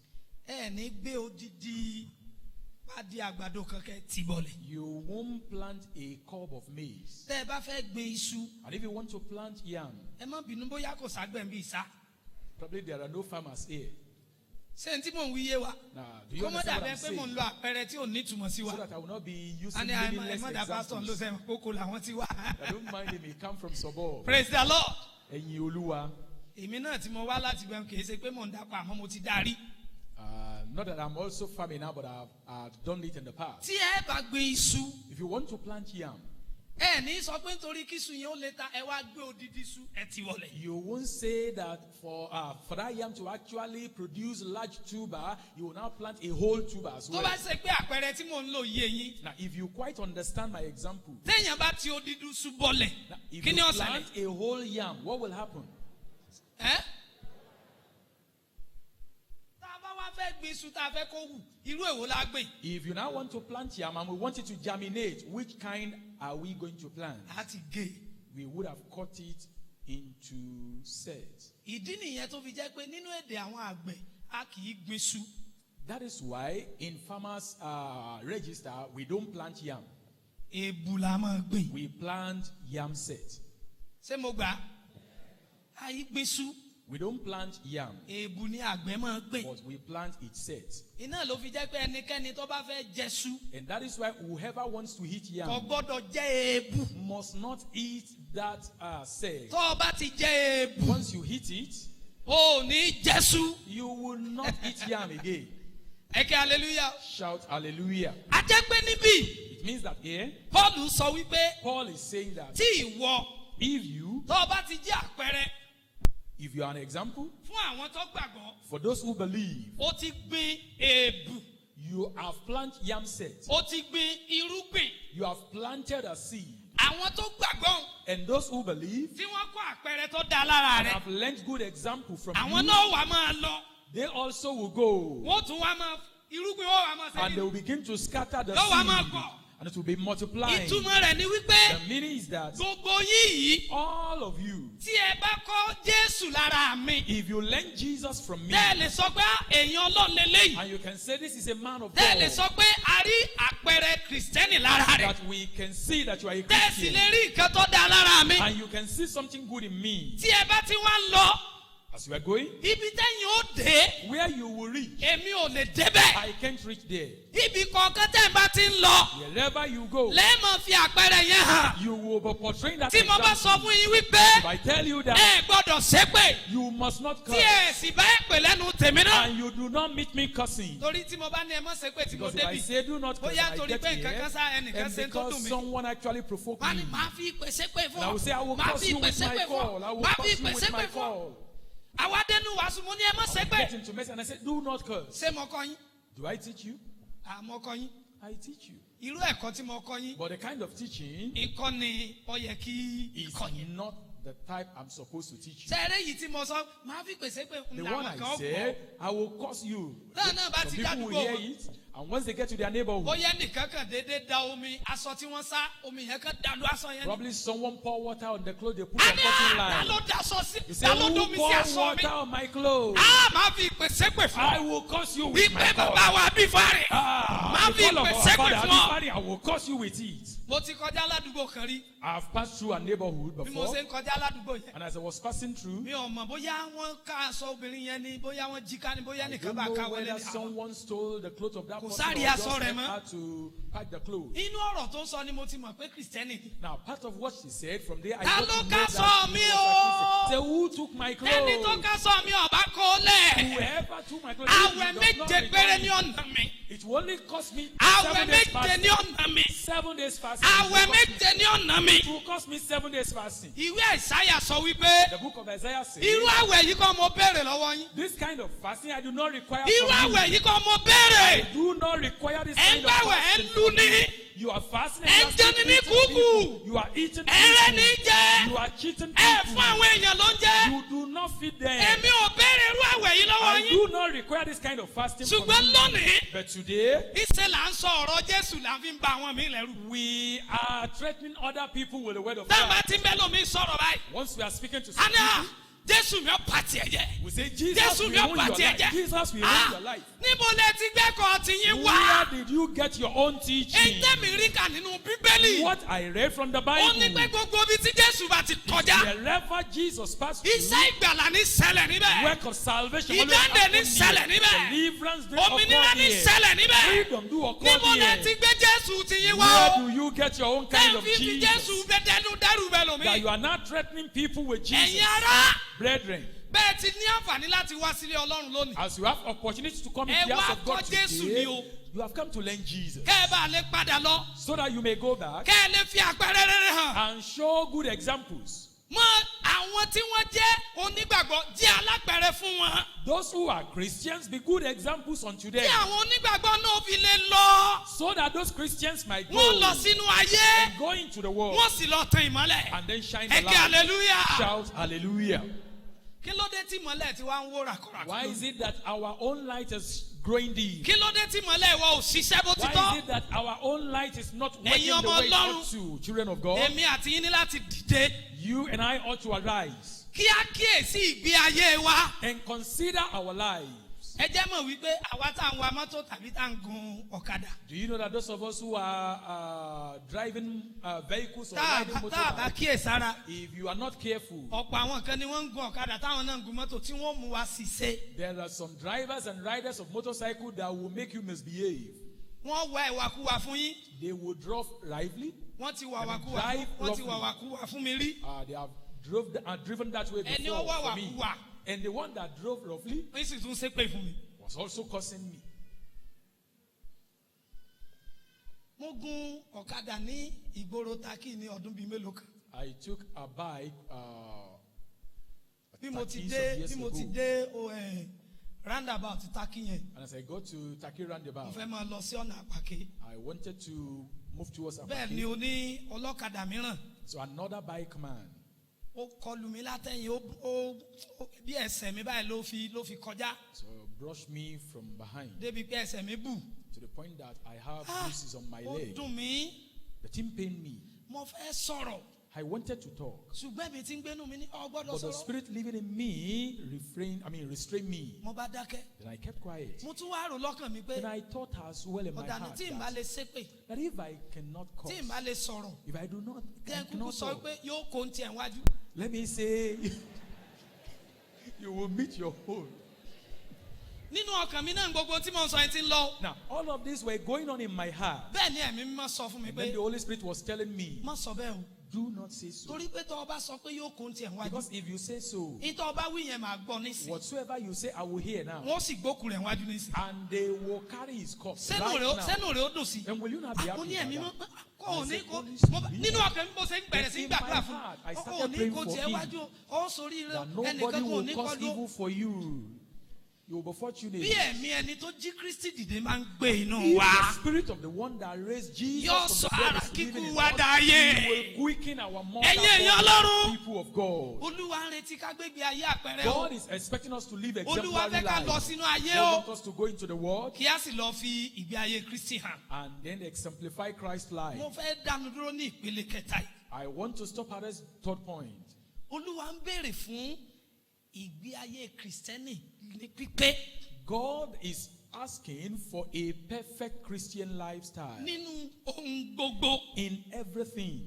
Ẹ jẹ́ kí n tètè sọ ilé fún wa And let me níbí. quickly tell you this.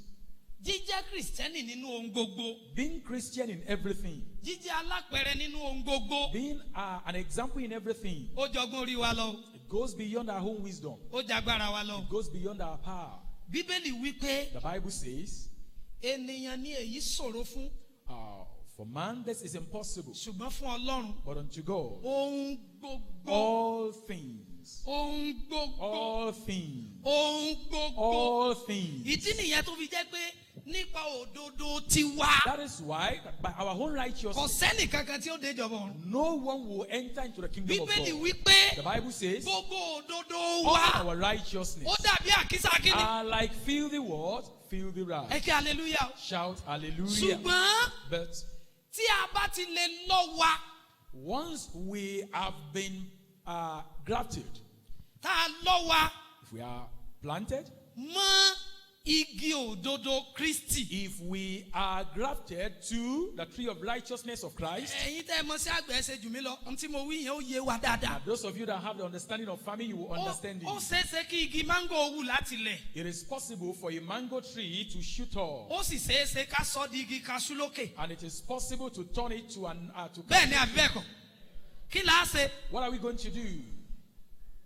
A gé ti igi máńgò láàrin. Now we will A cut gé ti that kaṣú mango mi. tree A wá ṣe kí ni? and cut that of cashew, and then we'll now graft the two. Ìyẹn ni Pọ́ọ̀lù ń bá àwọn Kìrìsìtẹ́nì tó wà ní Róòmù sọ̀rọ̀. That is what Paul was saying to Christians in Rome. Ẹ̀yin Kìrìsìtẹ́nì tẹ́ wà ní Róòmù. That you Christians in Rome, Orí ọ̀fẹ́ la fi gbà yín là. you were saved by grace. Kìí ṣẹ̀yin gangan lẹ wá látinú You ìpìlẹ̀ were látinú not the lẹ̀. one that came from that room, A lọ yín mọ́ igi but you Kristi were ni. grafted to the tree of So Christ. tí a bá ti lè the stock lọ of wa Christ. mọ́ igi Kristi. Once we are grafted to the stock of Òdodo Christ, tí ò ṣeé ṣe nípa tara wa. the righteousness that is impossible to Yóò our wá own rọrùn. effort will now become easy, Yóò wá ṣeé ṣe. will become possible. Ibi ló ti ṣe pàtàkì fún gbogbo ọmọ This Ọlọ́run is where it is compulsory for láti every máa child of gbàdúrà. God to be praying. Olúwa Lord, jọ̀wọ́ ràn mí lọ́wọ́ help me láti gbé ìgbé ayé alápẹ̀rẹ̀. to live an Tó bá jẹ́ pé exemplary nípa life. tọgbọ́n wa ní. If by our own Tó bá wisdom, jẹ́ pé nípa tìmọ̀ if wa by ní. our own Tó bá knowledge, jẹ́ pé nípa tòye wa if by ní. our own A understanding, lè ṣe é. we can't do it. Ṣùgbọ́n nípa Ọlọ́run But through God, ó ṣeé ṣe. it is possible. Torí náà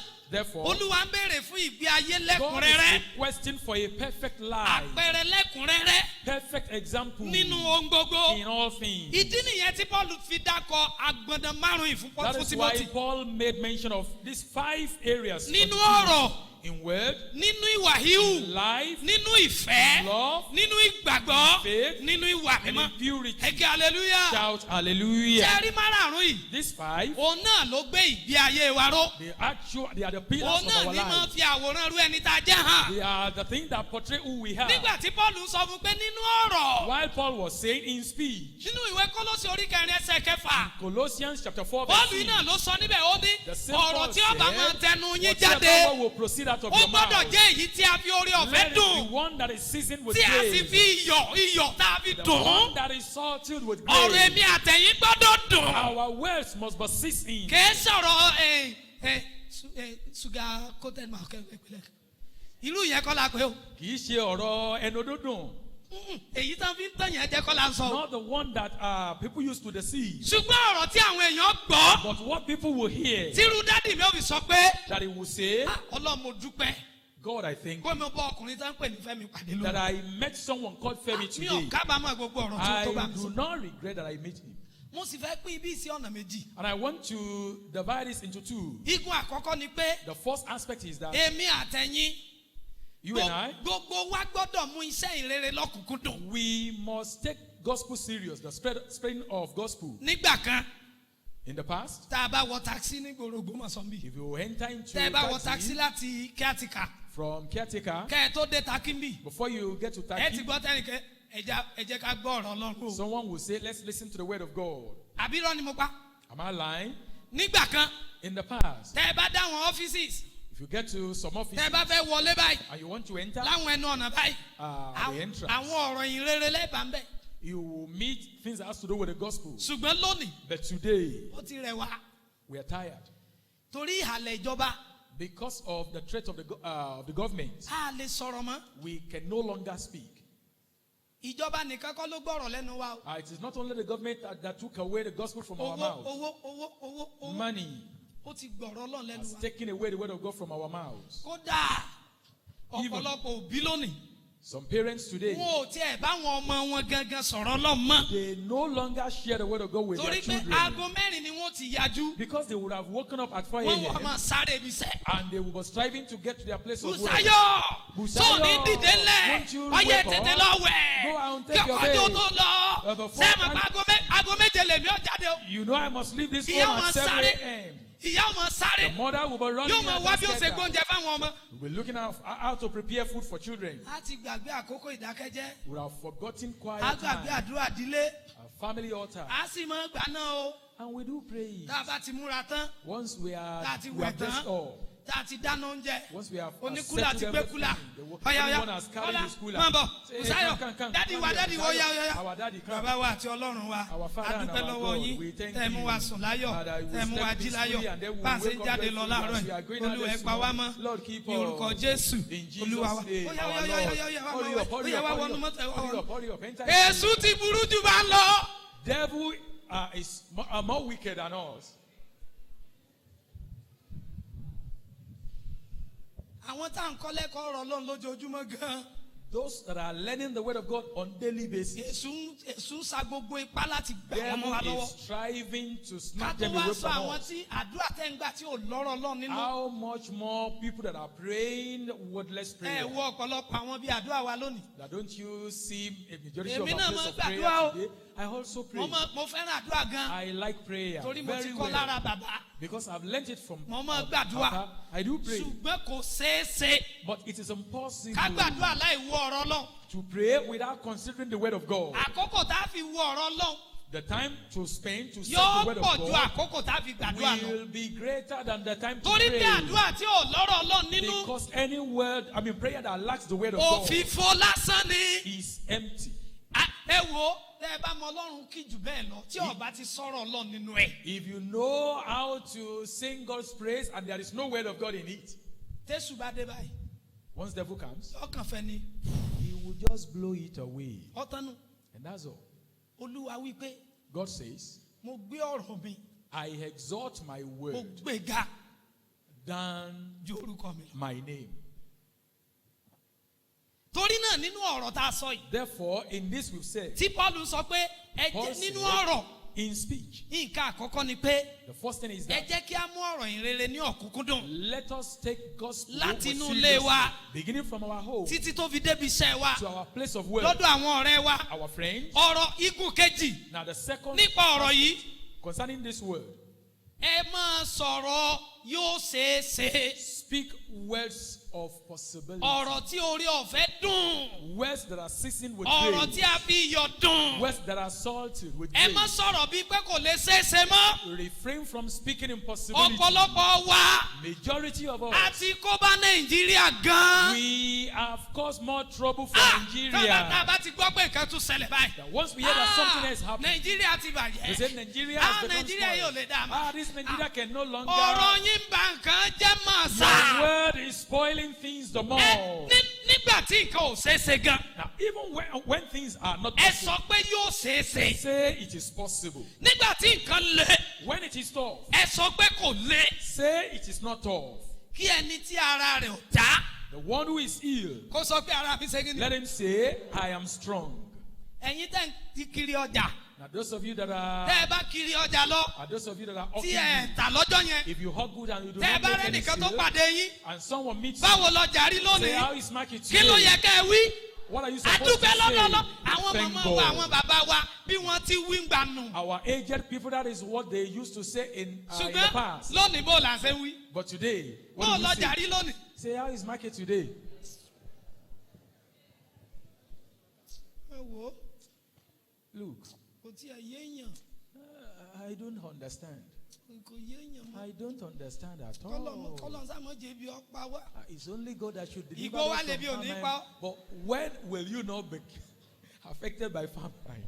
ọ̀rọ̀ tí ó bá tẹnu wa jáde Now, whatever word that will come out of ó our gbọ́dọ̀ mouth jẹ́ ọ̀rọ̀ tó kún fún orí ọ̀fẹ́. must be filled with grace. nígbà tẹ́yìn ń sọ ọ̀rọ̀ tí ọ̀dà síra yín bá. When you are speaking bad words to your life, ẹlòmíín torí pọ́mọ ọ̀gbọ́ràn some because their children are wayward, tọmọ yẹn fẹ́ yàyàkuyà. the children are proven stubborn. ìwọ ọmọ yìí Now you this child, ìwọ ọlọ́pàá mi tẹ́lẹ̀ you are the one that will kill me. ẹ̀mí burúkú tí ń lu ọmọ yẹn That evil spirit that is Tẹ́yìn bá ti manipulating that sọrú gbólóhùn person's yẹn, life. Once you speak that yóò word, dá yín lóhùn. that spirit will Yóò ní, respond to you. èmi ní pa ọ́. And that spirit will say, I will kill you. ẹ̀mí tí ń bẹ nú ọmọ. The spirit tẹ́ ẹ in bá that ní demon in ìwọ that ọmọ yìí child. lọ ọmọ pàmì sọ He say, you that ò child, ní yọlé ayé lẹ́mìí mi won't báyìí. you snuff life out Ẹ̀mí yóò of máa me? dá ẹ̀yin And lè that má spirit will gbọ́ be yóò responding. máa You may dá yín not hear, lóhùn. but that spirit will Gba èmi respond. ní yọlé ayé That lẹ́mìí. I will snuff life out èmi of gangan you. ní pa ọ́. I will kill you. ṣé bí ẹ̀ ń gbọ́ròyìn Don't you know? Are you ẹ not tí hearing ìráwọn ọmọ news? tí ń pa òbí wọn. Are you not hearing about children who Ọmọ are tí yóò killing ní pa their yín o. parents? Your children tí will ọmọ not kan kill you. ọba gbọ́ràn If any child is stubborn, tí ọba tí ì gbọ́ ẹ̀kọ́ rọ lọ if a child is yet to ẹ má receive the sọ̀rọ̀ word of tínú God, lórí rẹ̀ do not lose hope ẹ má on him. sọ̀rọ̀ tó dá sí. Speak good words to him. tọ́mọ yẹn ọba mọ̀wé Even if that child is Orí not ọ̀fẹ́ ni mo sharp ní. academically, orí I only ọ̀fẹ́ have lèmi praise. orí ọ̀fẹ́ lèmi ní I enjoy tí just mo fi grace lè of kàwé God. dé pele bí mo kà Be dé able to read to the mo point sì where mọ̀ kórè I ọ̀fẹ́ wọn ò tí ì dáwọ́ and I dúró. know that that grace is still flowing. nígbà kan Once upon a time, mi ò mọ̀wé rìn sínú àwọn tó mọ̀wé. I was not amidst people who are tí mo sharp. bá wá dé láti ilé ìwé academically. tí mo bá gba káàdì dé Once I come home, Èmi with náà my máa ṣe report dáadáa o. sheet, I also do. ẹ má fi mi ṣe perform. yẹ̀yẹ́ o. Do not make jest of me. mo lè gbapò kẹrin látẹ̀yìn I may take the mo ti ní ẹ má ṣe fourth yẹ̀yẹ́. to the last, fourth position to the kódà last, gan mo lè gbapò kejì látẹ̀yìn and it may be second to the last. tí mo bá wá dé sẹ́yìn mọ̀ pé ní òbí ò ní dùn. You know, parents will not be happy. dádì mi ò wá gbá mi ń kó látẹ̀yìn. And my father will knock me right from behind. orí rẹ̀ dọ̀tà. That you are so dull. ìwo ló dọ̀ ọmọ yìí. You this. àmọ́ lónìí But today, fún ògo Ọlọ́run to the glory of God, ọmọ tó rí rẹ̀ dọ̀tà. the one that was dull then, dádì mi wá padà sọ́njọ́ kan pé my bí mo father bá sì said mọ̀ one ni day, that had it been I know, bá sì rún párúnṣẹ́ sí ilé ìwé ọmọ I yìí. would have struggled so much concerning his èmi tó rí mi education. dọ̀tà. I that was once dull. torí pé mo ti bá bàbá tí kèé sọ báwọn sí yàn pàdé yún ni Jésù. Because I met a father Ó who tún never orí said tó that dọ́ta ṣe. one in Christ.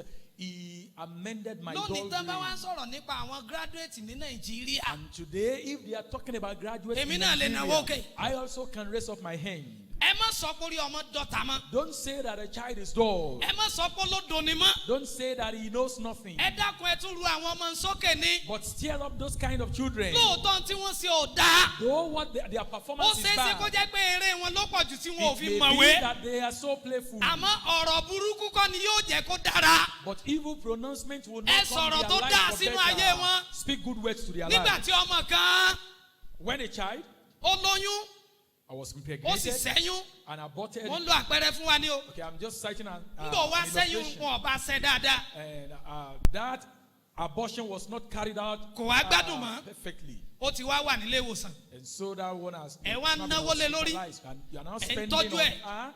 You ǹjẹ́ are ẹ jẹ́ mọ̀ pé treating nígbà her. tọmọ yẹn wà lórí bẹ́ẹ̀dì. Do you know that while she's still on sick bed, àsìkò ńkọ́ lẹ́ sọ pé ọmọ bú sórí tó kó mi that wá. is not the time for you to say, you this wayward child. Don't you see what you've caused me? so ti rí báyìí Don't you see it? ojú rẹ̀ ó sì já. And you will suffer it. tẹ́ ẹ bá ń sọrú ọ̀rọ̀ bá ń sí i If you are saying that to her, yóò máa ronú pé kó kẹ́mi òun sì ṣe kí ni.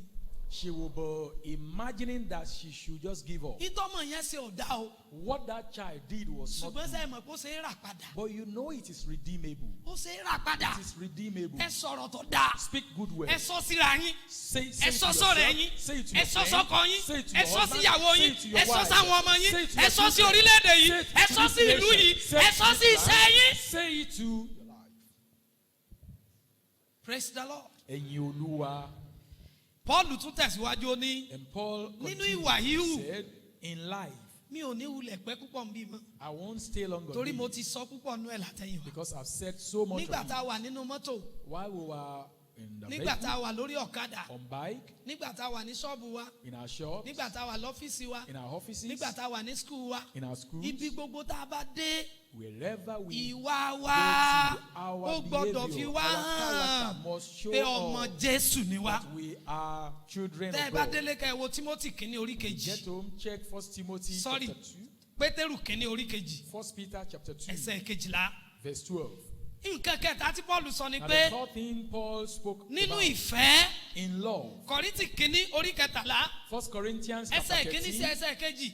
verses Ó ní 1 tí and mo 2 bá lè wàásù, tí mo lè sọ tẹ́lẹ̀, tí mo lè says, ṣe if I gbogbo can nǹkan, preach and I can prophesy, tí I mo can lè do all fèdè àwọn things. áńgẹ́lì sọ̀rọ̀, And I can speak in the tí èmi language kò or ní tongue of ìfẹ́. angels, but I do not have ó love. ní mo ní mo rí. It says that Mo I am dàbí like kí n what? bá ní olóńgbòrò. I am like a Ó ní mi ò resounding jámọ́ cymbal. kankan.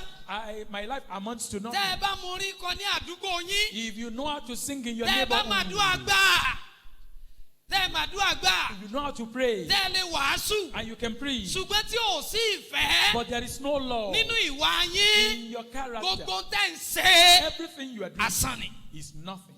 Ìfẹ́ gbọ́dọ̀ lékè.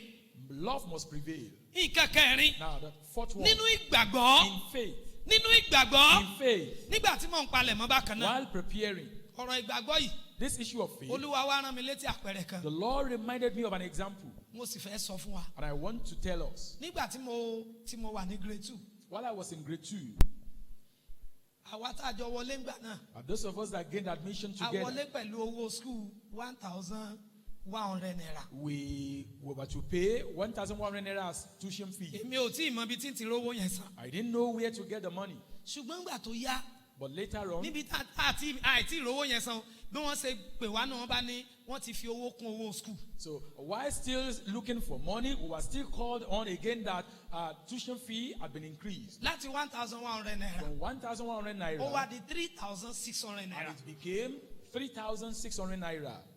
Ṣé rí ẹni ó jẹ́ coordinator wa, wọ́n dó wájú wa báyìí gbogbo wa, wọ́n dó báyìí, àwa dó, wọ́n bá wa sọ̀rọ̀, àpọ̀tán bá wa sọ̀rọ̀. Our coordinator stood in front of us talking to us. Wọ́n káwọ́ gbéra báyìí. I just folded my hands.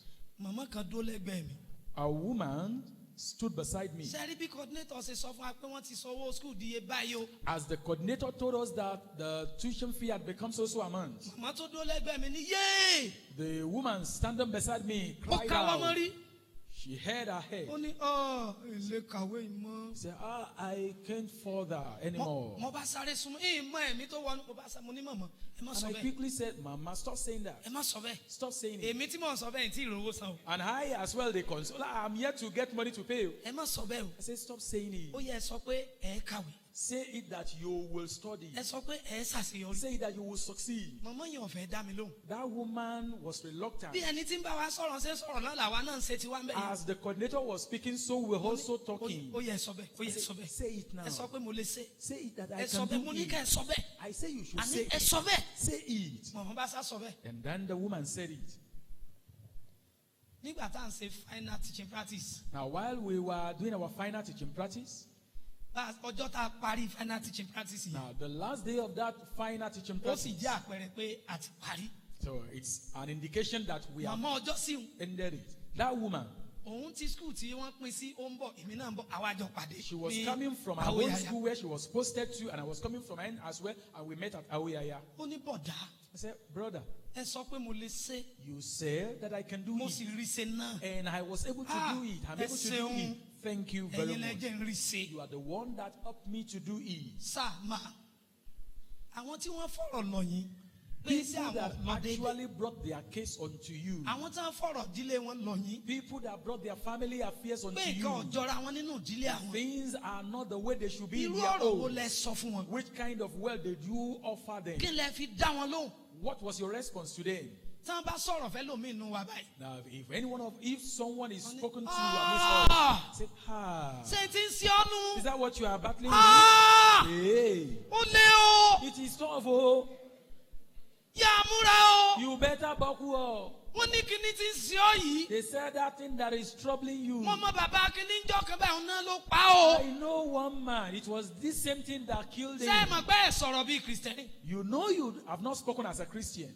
Kódà kẹ́ ẹ rí ikú tán kọ síwájú orí Even rẹ̀ if láì. you see death inscribed on his Ó yẹ kẹ́ forehead, ẹ sọ fún pé kò ní kú. you are supposed to tell him that he will not die. Bíbélì wípé The Bible says, ìwọ kì yóò kú you will not bí kò ṣe die, yíyè. but live. Mi ò mẹ́ni tí ń gbóhùn mi ní wákàtí. I don't know the one hearing Mo my lo voice now. ìgbàgbọ́ mi nínú Jésù Kristì. With my faith in Mo Christ kéde rẹ̀ Jesus, sínú ayé I ẹni tó lè declare sàmì. it to the one who Wípé can say gbogbo amen, ìkórìtà that at every tó junction bára rẹ̀ that you have met tí yourself, ẹ̀mí yẹn sọ pé kò and that ṣeé ṣe spirit is mọ́. telling you that Láti it's not òní lọ, right from ó today. ṣeé ṣe lórúkọ It is Jésù. possible in Jesus' name. Ó ṣeé ṣe lórúkọ It Jésù. is possible in Jesus' Gbogbo rere name. ayé rẹ̀ Every good thing of your tó ti life dúró sójú that has kan. become Láti stagnated òní lọ, right from ní today. orúkọ In the Jésù. name of Jesus. Ọ̀yá lọ tẹ̀síwájú. Begin to continue. Ọ̀yá lọ ṣe rere. To make great Gbogbo ibi progress tẹ́ ẹ ti ń and do sunkún. good. Wherever you are, Láti òní lọ, right ní from orúkọ today, Jésù. in the name of Ẹ tún Jesus, sunkún mọ́.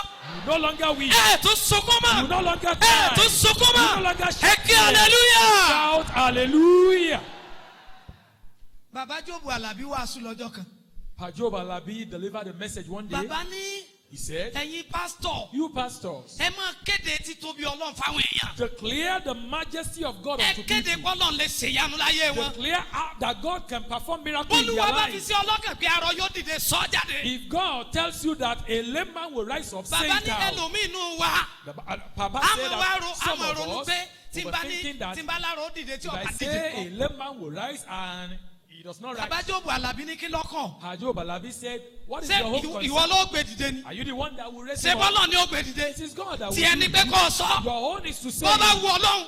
if Kó God gbé dìde. let him Bọ́ bá go. wù ú. And if it- Ó lè má gbé let dìde. him not Tí raise ẹni up. pé Your whole sọ́tọ́lọ̀ ni is to ọ̀sọ́. say what Wọ́n God mọ̀ has tún to sọ láàárọ̀ say. yìí. And so I say it again Èmi this ò morning. mẹ́ni tọ́lọ̀ rán mi sí láàárọ̀ I yìí o. don't know the one God sent Ṣùgbọ́n me to gbogbo this ẹnikẹ́ni morning. But whosoever Tí ẹ̀mí kan ti sọ pé kò lè that dìde the mọ́. Spirit has told that Ní you can orúkọ never rise Jésù. again. In the name Ẹ lọ of Jesus, dìde. arise.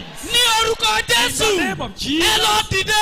arise. Ní orúkọ Jésù. In the name of Ẹ lọ Jesus, dìde. arise. Ẹ kí hallelujah. Shout hallelujah. Èmi mọ̀ pé know olùdáǹdè That mi my bẹ́ Redeemer is láyé. alive. Ó ń bẹ láyé. He's alive.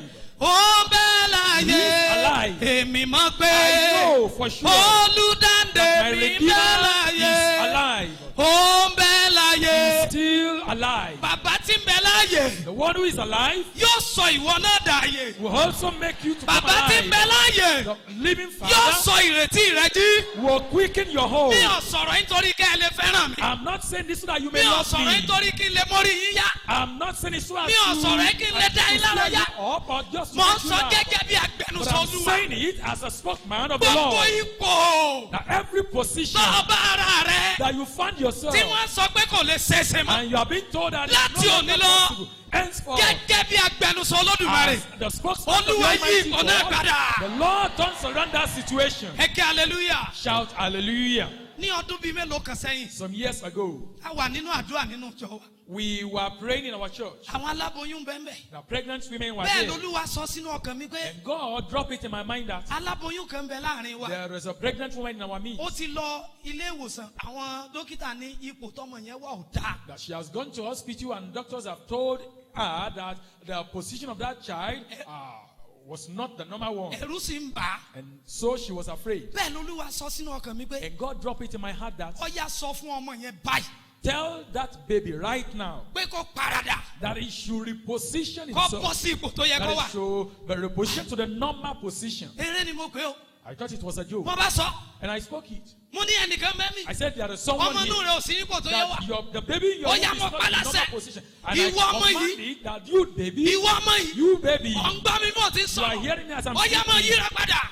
Begin to reposition Ó yá máa yourself. yíra padà. Begin to reposition yourself. Èmi sọ̀rọ̀ tán mo bá kó omi I iṣẹ́. spoke and then we left the place. Àṣẹ lójú ẹsẹ̀ ní iṣẹ́ lọ́lọ́run ti ṣe Not iṣẹ́. knowing that instantly God performed the miracle. Ẹni yẹn sì wá sọ ẹ̀rí. And the woman came Ó back lọ later to share ọmọ inú òun testimony yíra padà. that the baby in her womb repositioned Níbo la himself. gbé ògo rẹ pamọ́ sí? Where is your glory hidden? Níbo la gbé ògo rẹ pamọ́ Where sí? is your glory kept? Níbo la gbé admission rẹ pamọ́ Where sí? is your admission kept? Níbo la gbé ògo iṣẹ́ rẹ pamọ́ sí? Where is the glory of your endeavor Ẹ kept? gbọ́ ọ̀rọ̀ Olúwa lẹ́nu Hear the mi. word of the Lord from my mouth. Bíbélì wí The pé Bible says, èmi ò lọ síwájú rẹ. I will go before you. Wọ́n ṣe ọ̀nà pálapàla wọn nìdí And the títọ́. crooked way I will speak Wọ́n to kí you. ọ̀pá ìdábùrí ní agbede And méjì. that very bar, I Wọ́n will sì cut mú in ìṣúra pieces. tá a pamọ́ ní And òkùnkùn. the treasure hidden in darkness, Wọ́n I will gbé bring it jáde fún ọ. out. I will bring it out to Bí ọ̀rọ̀ you. Ọlọ́run bá ti jẹ́ òtítọ́. If the word of God is true, Mo kéde rẹ̀ I lónìí. declare it today. Gbogbo ibi tí ògo rẹ wà. That wherever your glory Gbogbo ibi tí is, ire rẹ wà.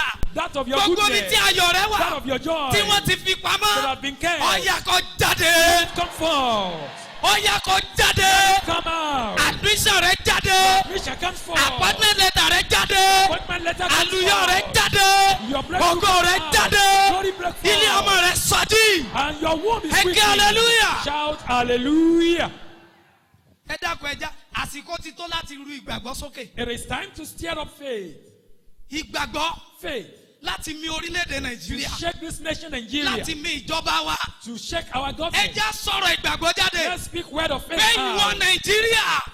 That you Nigeria, O gbọ́dọ̀ dìde. you must rise. Nàìjíríà. Nigeria. O gbọ́dọ̀ wọnú ògo rẹ. You must enter into your Àdúrà yìí glory. ni mo gbà fẹ́yìn tẹ́ lè sàmì. This prayer I pray for you that Nígbà can tí say àjọyọ̀ amen, Nàìjíríà bá dé. that when the celebration of Nigeria Nígbà comes, tí àjọyọ̀ Nàìjíríà bá when dé. the joy of Nigeria Àní comes, wọ́n you ti. will not be missing. Èyí tí Bọ́ọ̀lù fi parí ẹ̀. Now, the last thing Paul said Ó ní ìwà mímọ́. is purity. Kí la pè é? What is it? Sáwọn èèyàn ó rí Jésù kà lára wa báyìí.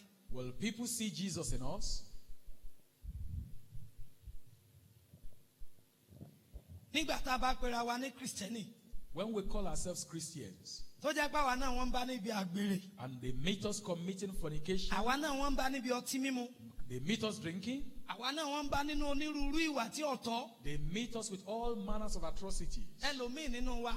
Some of us, A lè wọṣọ tí ó fẹ́ kan kókósẹ̀. we can put on garments that will even reach our ankles. Ṣùgbọ́n ìwà àgàbàgebè But hypocrisy ó ń bẹ nínú wa. resides in us. Ẹ̀yin èèyàn Ọlọ́run. People of God, Olúwa ń retí ká gbégbé ayé ìwà mímọ́. God is expecting us to live exemplary life. Eléyìí ni ó fi àpẹẹrẹ Kristi hàn lára wa This will show forth Christ in sí us àwọn ẹni tí ń wò wá. unto people who are looking or Àwa watching, ni watching ìwé us. táyé ń kà. We are the epistles the world is reading. Bẹ́ẹ̀ mà ní Bíbélì wí. Thus says the Bible. Àwa ni ìwé táyé ń We kà. are the epistles the world is reading. Bẹ́ẹ̀ mà ní Bíbélì Thus wí. says the Bible. Èmi ò mọ yòókù orin mọ́. I don't know the remaining part Àmọ́ èyí of tí that mo fẹ́ lò song, náà mo ti but the lò. one I want to use I've used. Àwa ni ìwé táyé ń ṣe kíni. We are the epistle the world is doing Àwa ni ìwé what? táyé ń ṣe kíni. We are the epistle the world is Ẹ̀yin doing ènìyàn what? Ọlọ́run. People of God. Bẹ́ẹ̀mi ti ń dánu dúró lónìí. As I am stopping Ẹ today, dákun. please, Mo bẹ̀ yín. I beseech you, Ẹ jẹ́ kémi àti ẹ̀yin let you and I ká gbé ìgbé ayé alápẹ̀rẹ̀ rere. live exemplary Sẹ́rí tá a bá life. lè gbé ìgbé ayé alápẹ̀rẹ̀ If we rere. can live exemplary life, Ìwé Jeremáyà sọ wípé the book of Jeremiah says ó ní àwa wá òun. that we will seek him Òun ó sì di rírí. and he will be found.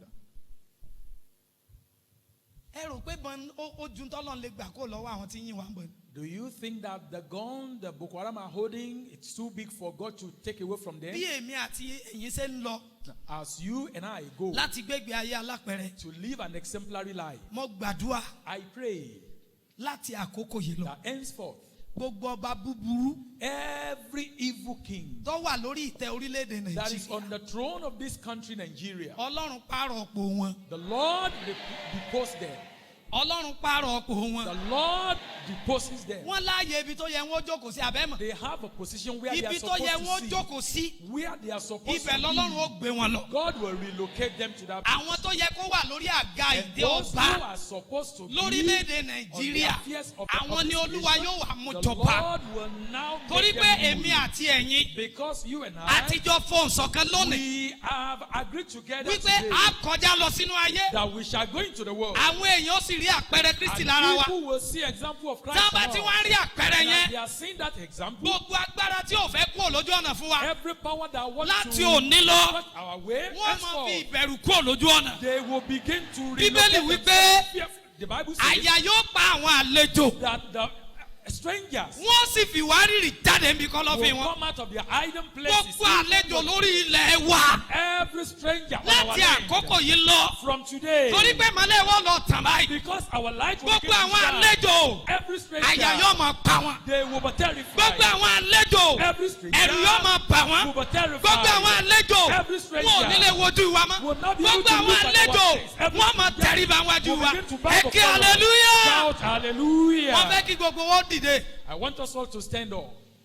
Ẹja béèrè kókó àdúrà méjì mo fi àgbà. Two prayer points Àdúrà I want àkọ́kọ́ us ni to pé pray. The first one is Olúwa that, Lord, agbára mi ọ̀ka Lord, I do not have láti power gbé to do ìgbé ayé tó ń retí as in lọ́dọ̀ to mi. live the kind of life Ìwọ you are nìkan expecting. You ó alone lè ràn mí can lọ́wọ́. help me. Jọ̀wọ́ Please ràn mí lọ́wọ́. help me. Tó bá jẹ́ pé àdúrà ìtẹ́ Ọlọ́run. If you are Mo pleased fẹ́ for kó this prayer, gbàdúrà yẹn kárakára. I want you to pray Ó yẹ all bá out. Jésù sọ̀rọ̀. Talk to Jesus.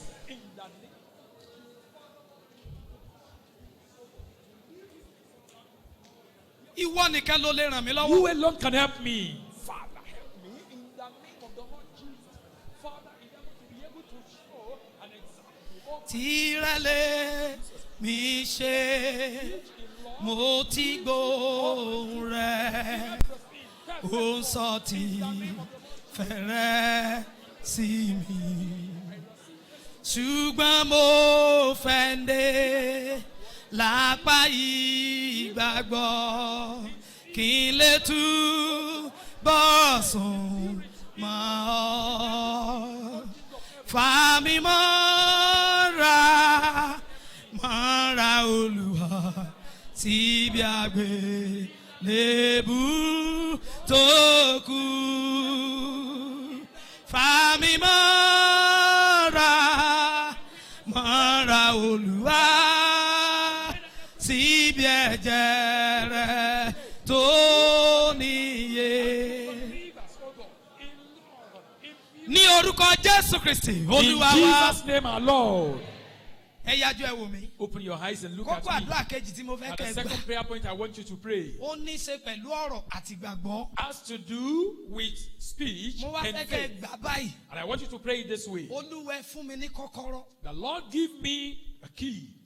Tó o bá ti ní tẹ́lẹ̀, sọ fún Ọlọ́run ràn mí lọ́ kí n lè lò ó kí n mọ̀ ọ́ lò. If you have had it before, pray to God that God should help you to make Tó o use bá of it ti ní, appropriately. tó bá ti sọnù, béèrè fún àánú kọ́lọ́run ó dá padà fún. If you've once had it but it has you've lost it, Kìí pray ṣe- for God's mercy to Kìí restore ṣe it to pásítọ̀ you. nìkan ló lè gbàdúrà kí àdúrà ó gbà. It is not only pastor that can pray and prayer will be answered. Gbogbo wa lọ́lọ́run fún ní orí ọ̀fẹ́ láti gbàdúrà tí ó sì God gbà. has given every one of us the privilege to pray and it will be answered. Ṣùgbọ́n ọ̀pọ̀lọpọ̀ wa ti sọ kọ́kọ́rọ́ yẹn nù. But most of us have lost the key. Bọ́ọ̀lù ní nínú ọ̀rọ̀. Paul says in Ó tún speech, dákọ̀ nínú ìgbàgbọ́. and he also mentioned in faith, Olúwa Lord, ẹ jọ̀wọ́ ẹ fún mi ní kọ́kọ́rọ́. God, please give me key. Torí pé ilẹ̀kùn tá a bá tì. Because whichever door Tá a bá that rí we shut, kọ́kọ́rọ́ tó bá mu. if we do not get A the lè correct rí key sí. to open it, it cannot be opened. Àwọn ògo ń bẹ tọ́lọ́run fẹ́ sẹ́nu ayé rẹ̀. There are glorious things God wants to do in Kọ́kọ́rọ́ your ló life. fi sílẹ̀kùn wọn. And you open your Olúwa. own key. Kọ́kọ́rọ́ ọ̀rọ̀ Lord, the key of àti wealth, ìgbàgbọ́. that of faith, Ẹ fi fún mi Olúwa. Give them to me, Ó yẹ Lord. bá Ọlọ́run talk sọ̀rọ̀. to God.